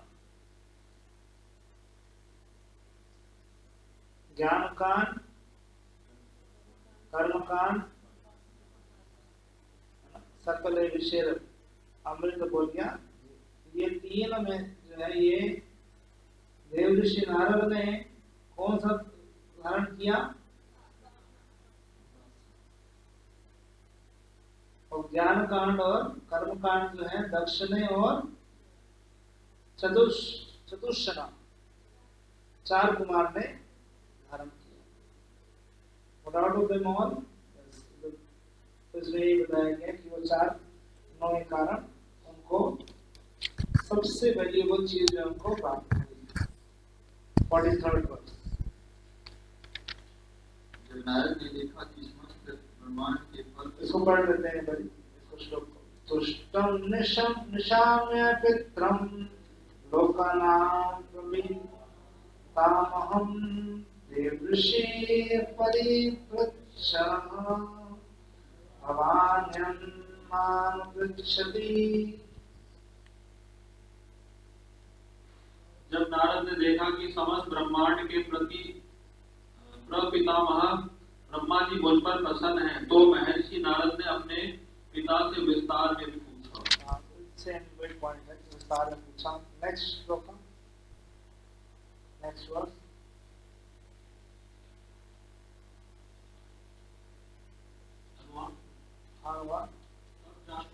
तब जाकर पिता ब्रह्मा ने अपने पुत्र नारद को श्रीमद् भागवत नामक उपवेद पुराण कह सुनाया, जिसका वर्णन श्री भगवान ने उनसे किया था और जो 10 लक्षणों से युक्त है। हाँ, पूर्ण पुराणम 10 लक्षणम। तो 10 सब्जेक्ट्स जो है वो आगे चर्चा में आएंगे। 45th वर्ष। हे राजन, उसी परंपरा में नारद मुनि ने श्रीमद् भागवत का उपदेश अनंत शक्तिमान और व्यास देव को दिया, जो सरस्वती नदी के तट पर भक्ति में स्थित होकर परम सत्य पूर्ण पुरुषोत्तम भगवान का ध्यान कर रहे थे।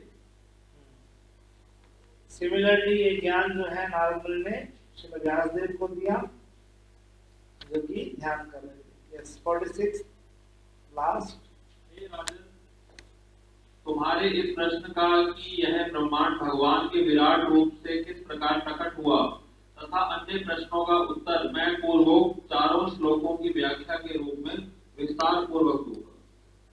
तो अभी आगे जो है इसके बारे में भी universe become manifested from the gigantic form of the personality, यानी कि विराट रूप का एक और दर्शन, तृतीय दर्शन है ये 3रा डिस्क्रिप्शन है विराट रूप का इस स्कंद के अंदर। पहला कब हुआ था?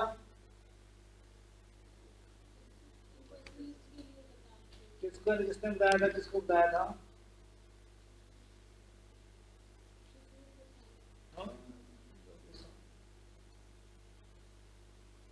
आदि के शुद्ध गोस्वामी और को बोल रहा है, वही बोल रहे शुद्ध गोस्वामी ने कृष्ण महाराज को। और दूसरा चलो पढ़ के आना। तीसरा डिस्क्रिप्शन जो है अभी यहाँ पर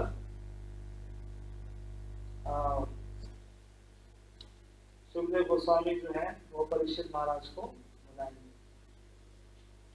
तो अब जो है 10 subject matters of Shrimad Bhagavatam, very interesting, very very interesting, पढ़ना तो हम यही करा देंगे, क्यों नहीं किया, करना चाहिए। मैंने तो बोला था पिछले वाले जो है उसमें रिकॉर्डिंग सुन लो, रिकॉर्डिंग सुनिए, मैंने बोला था पिछले वाले उसमें, मैंने बोला कि 9 श्लोक तक कवर करके आना, पढ़ के आना, 8-9 श्लोक कम से बहुत से इंटरेस्टिंग है, ऐसे कोई बड़ी चीज नहीं है, पढ़ लेते हैं कोई ऐसा कोई।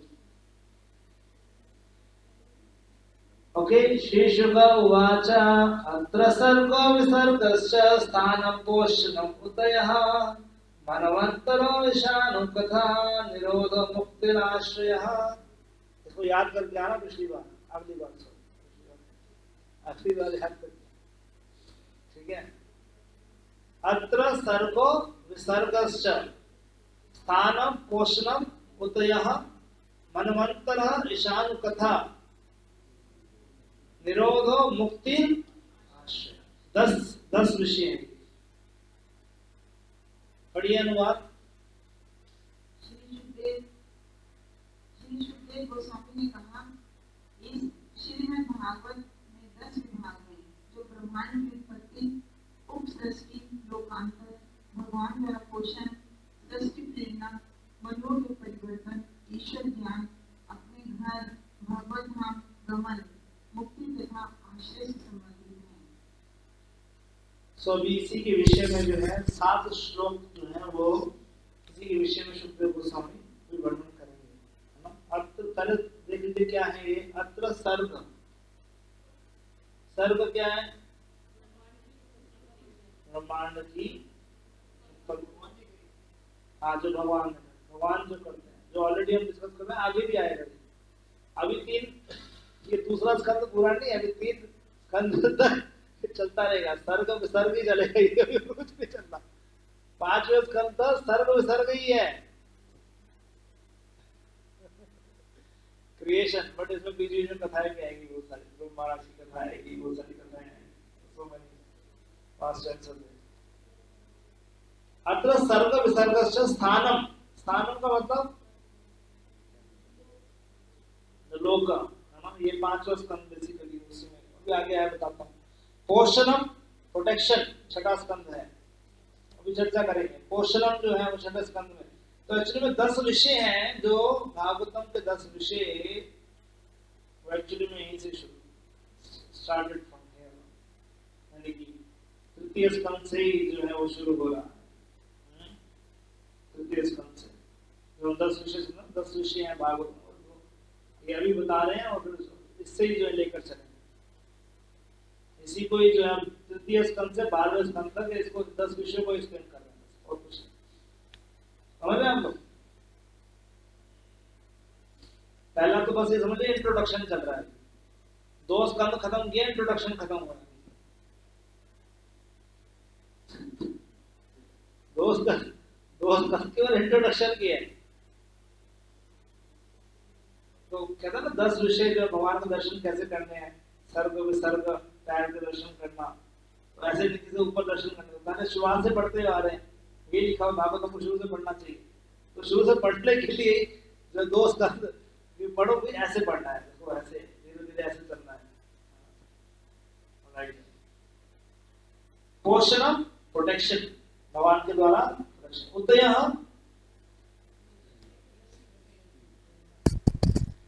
जो प्रेरणा या फिर जो है बल जिसको कहते हैं, क्रिएटिव इम्पेटस है ना, क्रिया करने की शक्ति जिसको कहते हैं, उसके बारे में ये बताऊंगा अभी 7वें स्कंद के अंदर आएगा क्रिएटिव इम्पेटस को लेकर। देन मनवंतर,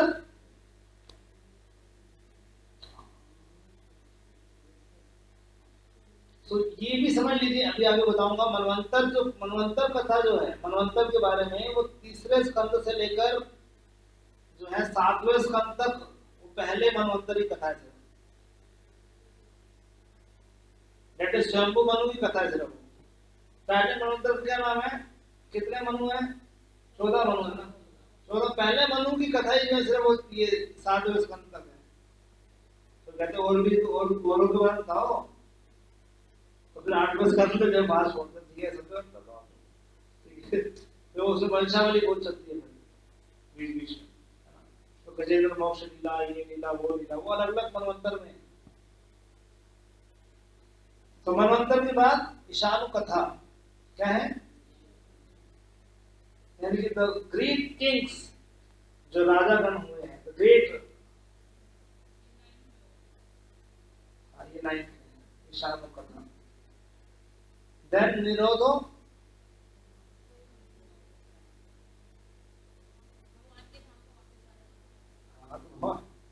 ये भगवान के धाम में वापस जाना, ये बात है। This is the 12th canto.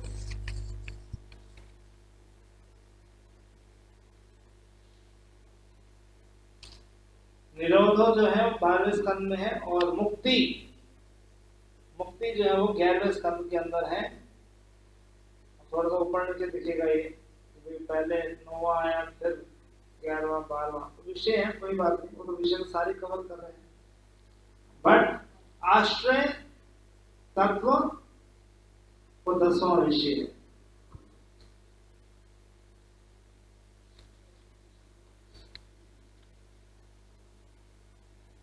Understand, एक चीज मैं बता रहा हूँ, चाहे लिखना चाहे तो लिख सकते हैं। 10 टॉपिक्स ऑफ जो ये 10 टॉपिक्स जो हैं ये सभी पुराणों में, ये केवल इस पुराण में नहीं, 18 पुराणों में ये 10 टॉपिक्स हैं। हर किसी पुराण के अंदर जो है ये 10 टॉपिक्स हैं, 10 विषय हैं। जैसे भगवत गीता के अंदर 5 विषय हैं, उसी तरह हर पुराण में 10 विषय हैं। Not only in this Shrimad Bhagavatam, that is the commentary, ठीक है। परंतु फिर इसमें क्या खास बात है, फिर इसमें क्या खास बात है? This is the second verse, ये दूसरे श्लोक में लिखा हुआ है। दशमस्य विशुद्धर्थम नवानामिह लक्षणं वर्णयन्ति महात्मनः श्रुतेनार्थेन चाञ्जसा। जो 10वां आश्रय तत्व है, उसकी दिव्यता को अन्यों से पृथक करने के लिए उन सब का वर्णन कभी वैदिक साक्ष्य से, कभी प्रत्यक्ष व्याख्या से, और कभी महापुरुषों द्वारा की गई संक्षिप्त व्याख्याओं से किया जाता है। वर्णयन्ति महात्मानः श्रुतेन शेन चाञ्जसा, यानी कि 9 विषय जो हैं वो केवल इसी के लिए कि 10वें विषय को स्थापित किया जा सके। इस श्रीमद् भागवतम में ये स्पेशलिटी, केवल 10वें विषय तक पहुंचने के लिए 9 विषय जो है बताया जा रहा है। तो 9 topics are described to achieve the 10th topic. This is the target only of the Srimad Bhagavatam. एक उदाहरण देते हैं, जैसे कि आपके घर में ऑल्टर्स हैं, तो ऑल्टर के अंदर जो है काफी सारे लाइट लगाते हैं भगवान पर दृष्टि डालने के लिए, वो भगवान को, पर अगर वो लाइट नहीं जलाएंगे तो भगवान इतने आकर्षक नहीं दिखते, और तो भगवान है परंतु हमको नहीं दिखेंगे, है कि नहीं। तो एक एक करके लाइट जलाते हैं, तो धीरे धीरे करके भगवान पे लाइट पड़ती है, तो भगवान वो सुंदर दिखते हैं, है ना। उसी प्रकार से ये 9 जो स्कंद, या 9 विषय जो है वो लाइट के बराबर है। और जैसे लाइट जलती रहेगी तो भगवान का जो है सुंदर मुखड़ा जो है और सुंदर दिखना शुरू हो जाएगा। ठीक है, that is why this 9 topics are there in Shrimad Bhagavatam. अब एक एक करके जो है इसको एक्सप्लेन करेंगे, सर्ग विसर्ग, थोड़ा थोड़ा, नॉट मच, थोड़ा थोड़ा एक्सप्लेन करेंगे। पढ़ना है नहीं पढ़ना?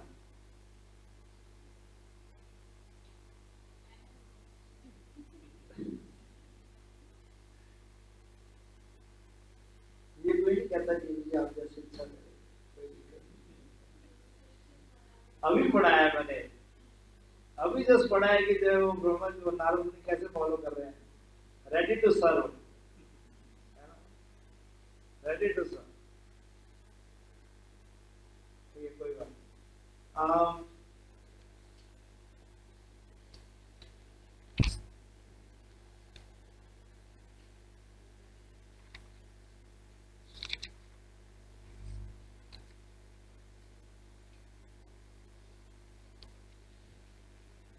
मैं आपको ये चीज बोलता हूँ कि आप लोग इसके तात्पर्य जो घर में पढ़ लीजिएगा, ठीक है। Not much to discuss in the words, क्योंकि इस सब जो ऑलरेडी हम डाल चुका हूँ बस उसी को सिग्निफाई कर रहे हैं ये तात्पर्य को। आप लोग पढ़ लीजिएगा, इसको कोई डाउट होगा तो मैं दे दूंगा उसको। आप लोग अनुवाद पढ़ लीजिए इसका, ठीक है। पढ़िए अनुवाद इसका, 3rd का अनुवाद पढ़िए।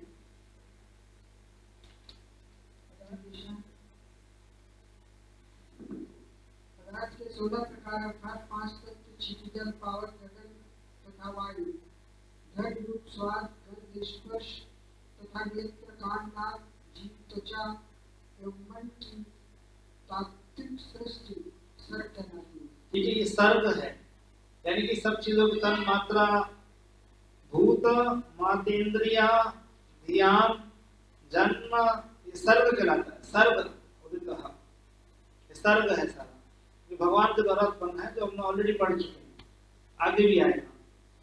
फिर प्रकृति के गुणों की बाद की अंतःक्रिया विषय कहलाती है। तो जो ब्रह्मा जी करते हैं, लिविंग एंटिटीज को बॉडीज देते हैं, शरीर देते हैं, ये सारी की सारी क्रिया जो है ये विसर्ग कहलाती है। दिस इज कॉल्ड विसर्ग। ठीक है, क्लियर है? नेक्स्ट अनुवाद। जीवात्मा के लिए उचित तो यही है कि वो भगवान के नियमों का पालन करे और पूर्ण पुरुषोत्तम भगवान के संरक्षण में पूरी तरह से मानसिक शांति प्राप्त करे। सभी मन तथा उसके नियम जीवन को सही दिशा प्रदान करने के लिए है। कार्य करने की प्रेरणा ही सकाम कर्म की आकांक्षा है।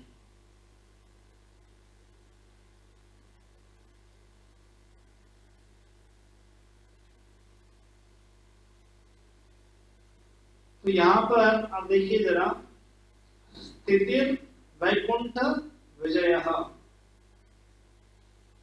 तो तीसरा विषय क्या है? वो स्थिति यानी कि स्थान, द राइट सिचुएशन।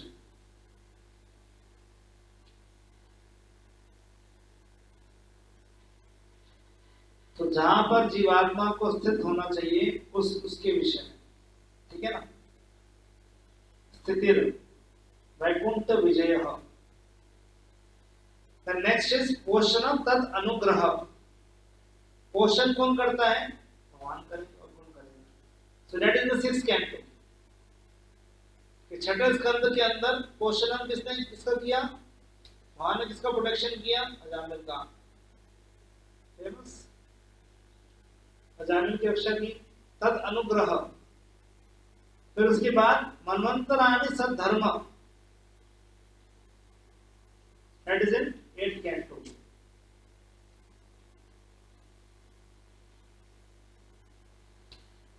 नाउ उतयः इम्पेटस टू वर्क, यानी कि प्रेरणा, कार्य करने की प्रेरणा। कर्म वासनः, कर्म वासनः ये 7वें स्कंद के अंदर है। This is the 7th canto. यानी कि कुतयः जो है वो 7वें स्कंद के अंदर है। और कैसे कैसे हिरण्यकशिपु, ठीक है ना, the desire for fruitive activity, impetus for work, और खासकर जो है जो वर्णाश्रम के बारे में बताया है, that is described in impetus for work, किस तरह से कार्य करना है, वो जो विषय आ रहा है उसके रिगार्डिंग जो है 7वां स्कंद आपको लेकर चलेगा, डिस्क्रिप्शन। ओके, सो मनवंतर के बारे में बता ही दिया था मैंने, स्वयंभू मनु का वो भी लिख सकते हैं इसके अंदर, 3rd to 7th कैंटो तक स्वयंभू मनु, और उसके बाद में फिर जो है बाकी मनु की कथा आपको प्राप्त होगी। तो नेक्स्ट पढ़िए अनुवाद। ईश्वर विज्ञान इस कथा श्री भगवान के विविध अवतारों, उनकी लीलाओं तथा साथ ही उनके भक्तों के कार्यकलापों का वर्णन करता है। ठीक है ना, ये ईश कथा है। इसमें जो है ईश कथा कौन से है, कौन से कैंटो में है? दैट्स द 9th कैंटो, 9वें स्कंद के अंदर है। ठीक है, now last verse for today, let's read it. निरोधस्यानुशयनम् आत्मनः सह शक्तिभिः मुक्तिर्हित्वान्यथा रूपम् स्वरूपेण व्यवस्थितिः। अपनी गतावस्था के जीवन संबंधी प्रवृत्ति के साथ जीवात्मा का अध्ययन करते हुए महाविष्णु में लीन होना प्रगट ब्रह्मांड का परिसमापन कहलाता है। परिवर्तनशील स्थूल तथा सूक्ष्म शरीरों को त्याग कर जीवात्मा के रूप में स्थायी मुक्ति है। स्वरूपेण व्यवस्थितिः, स्वरूपेण, प्रभुपाद बहुत बार इसको कोट करते हैं, मुक्तिर्हित्वान्यथा रूपम् स्वरूपेण व्यवस्थितिः। तो 12वें स्कंद के अंदर निरोधो, निरोधो का मतलब क्या है? द डिसोल्यूशन, यानी कि सब कुछ प्रलय, प्रलय के बारे में, प्रलय के बारे में कहा है 12वें स्कंद के अंदर, 12th कैंटो। निरोधो का मतलब है जो है वो प्रलय, डिसोल्यूशन। और मुक्ति के बारे में 11वें स्कंद में 2 कथाएं आएंगी, वो उद्धव जी की और एक निमि महाराज की, है ना। नवयुगेंद्र में से एक जो है नवयुगेंद्र, वो निमि महाराज की कथा आएगी, ये 11वें स्कंद के अंदर। ठीक है, thank you very much. Bhagavatam की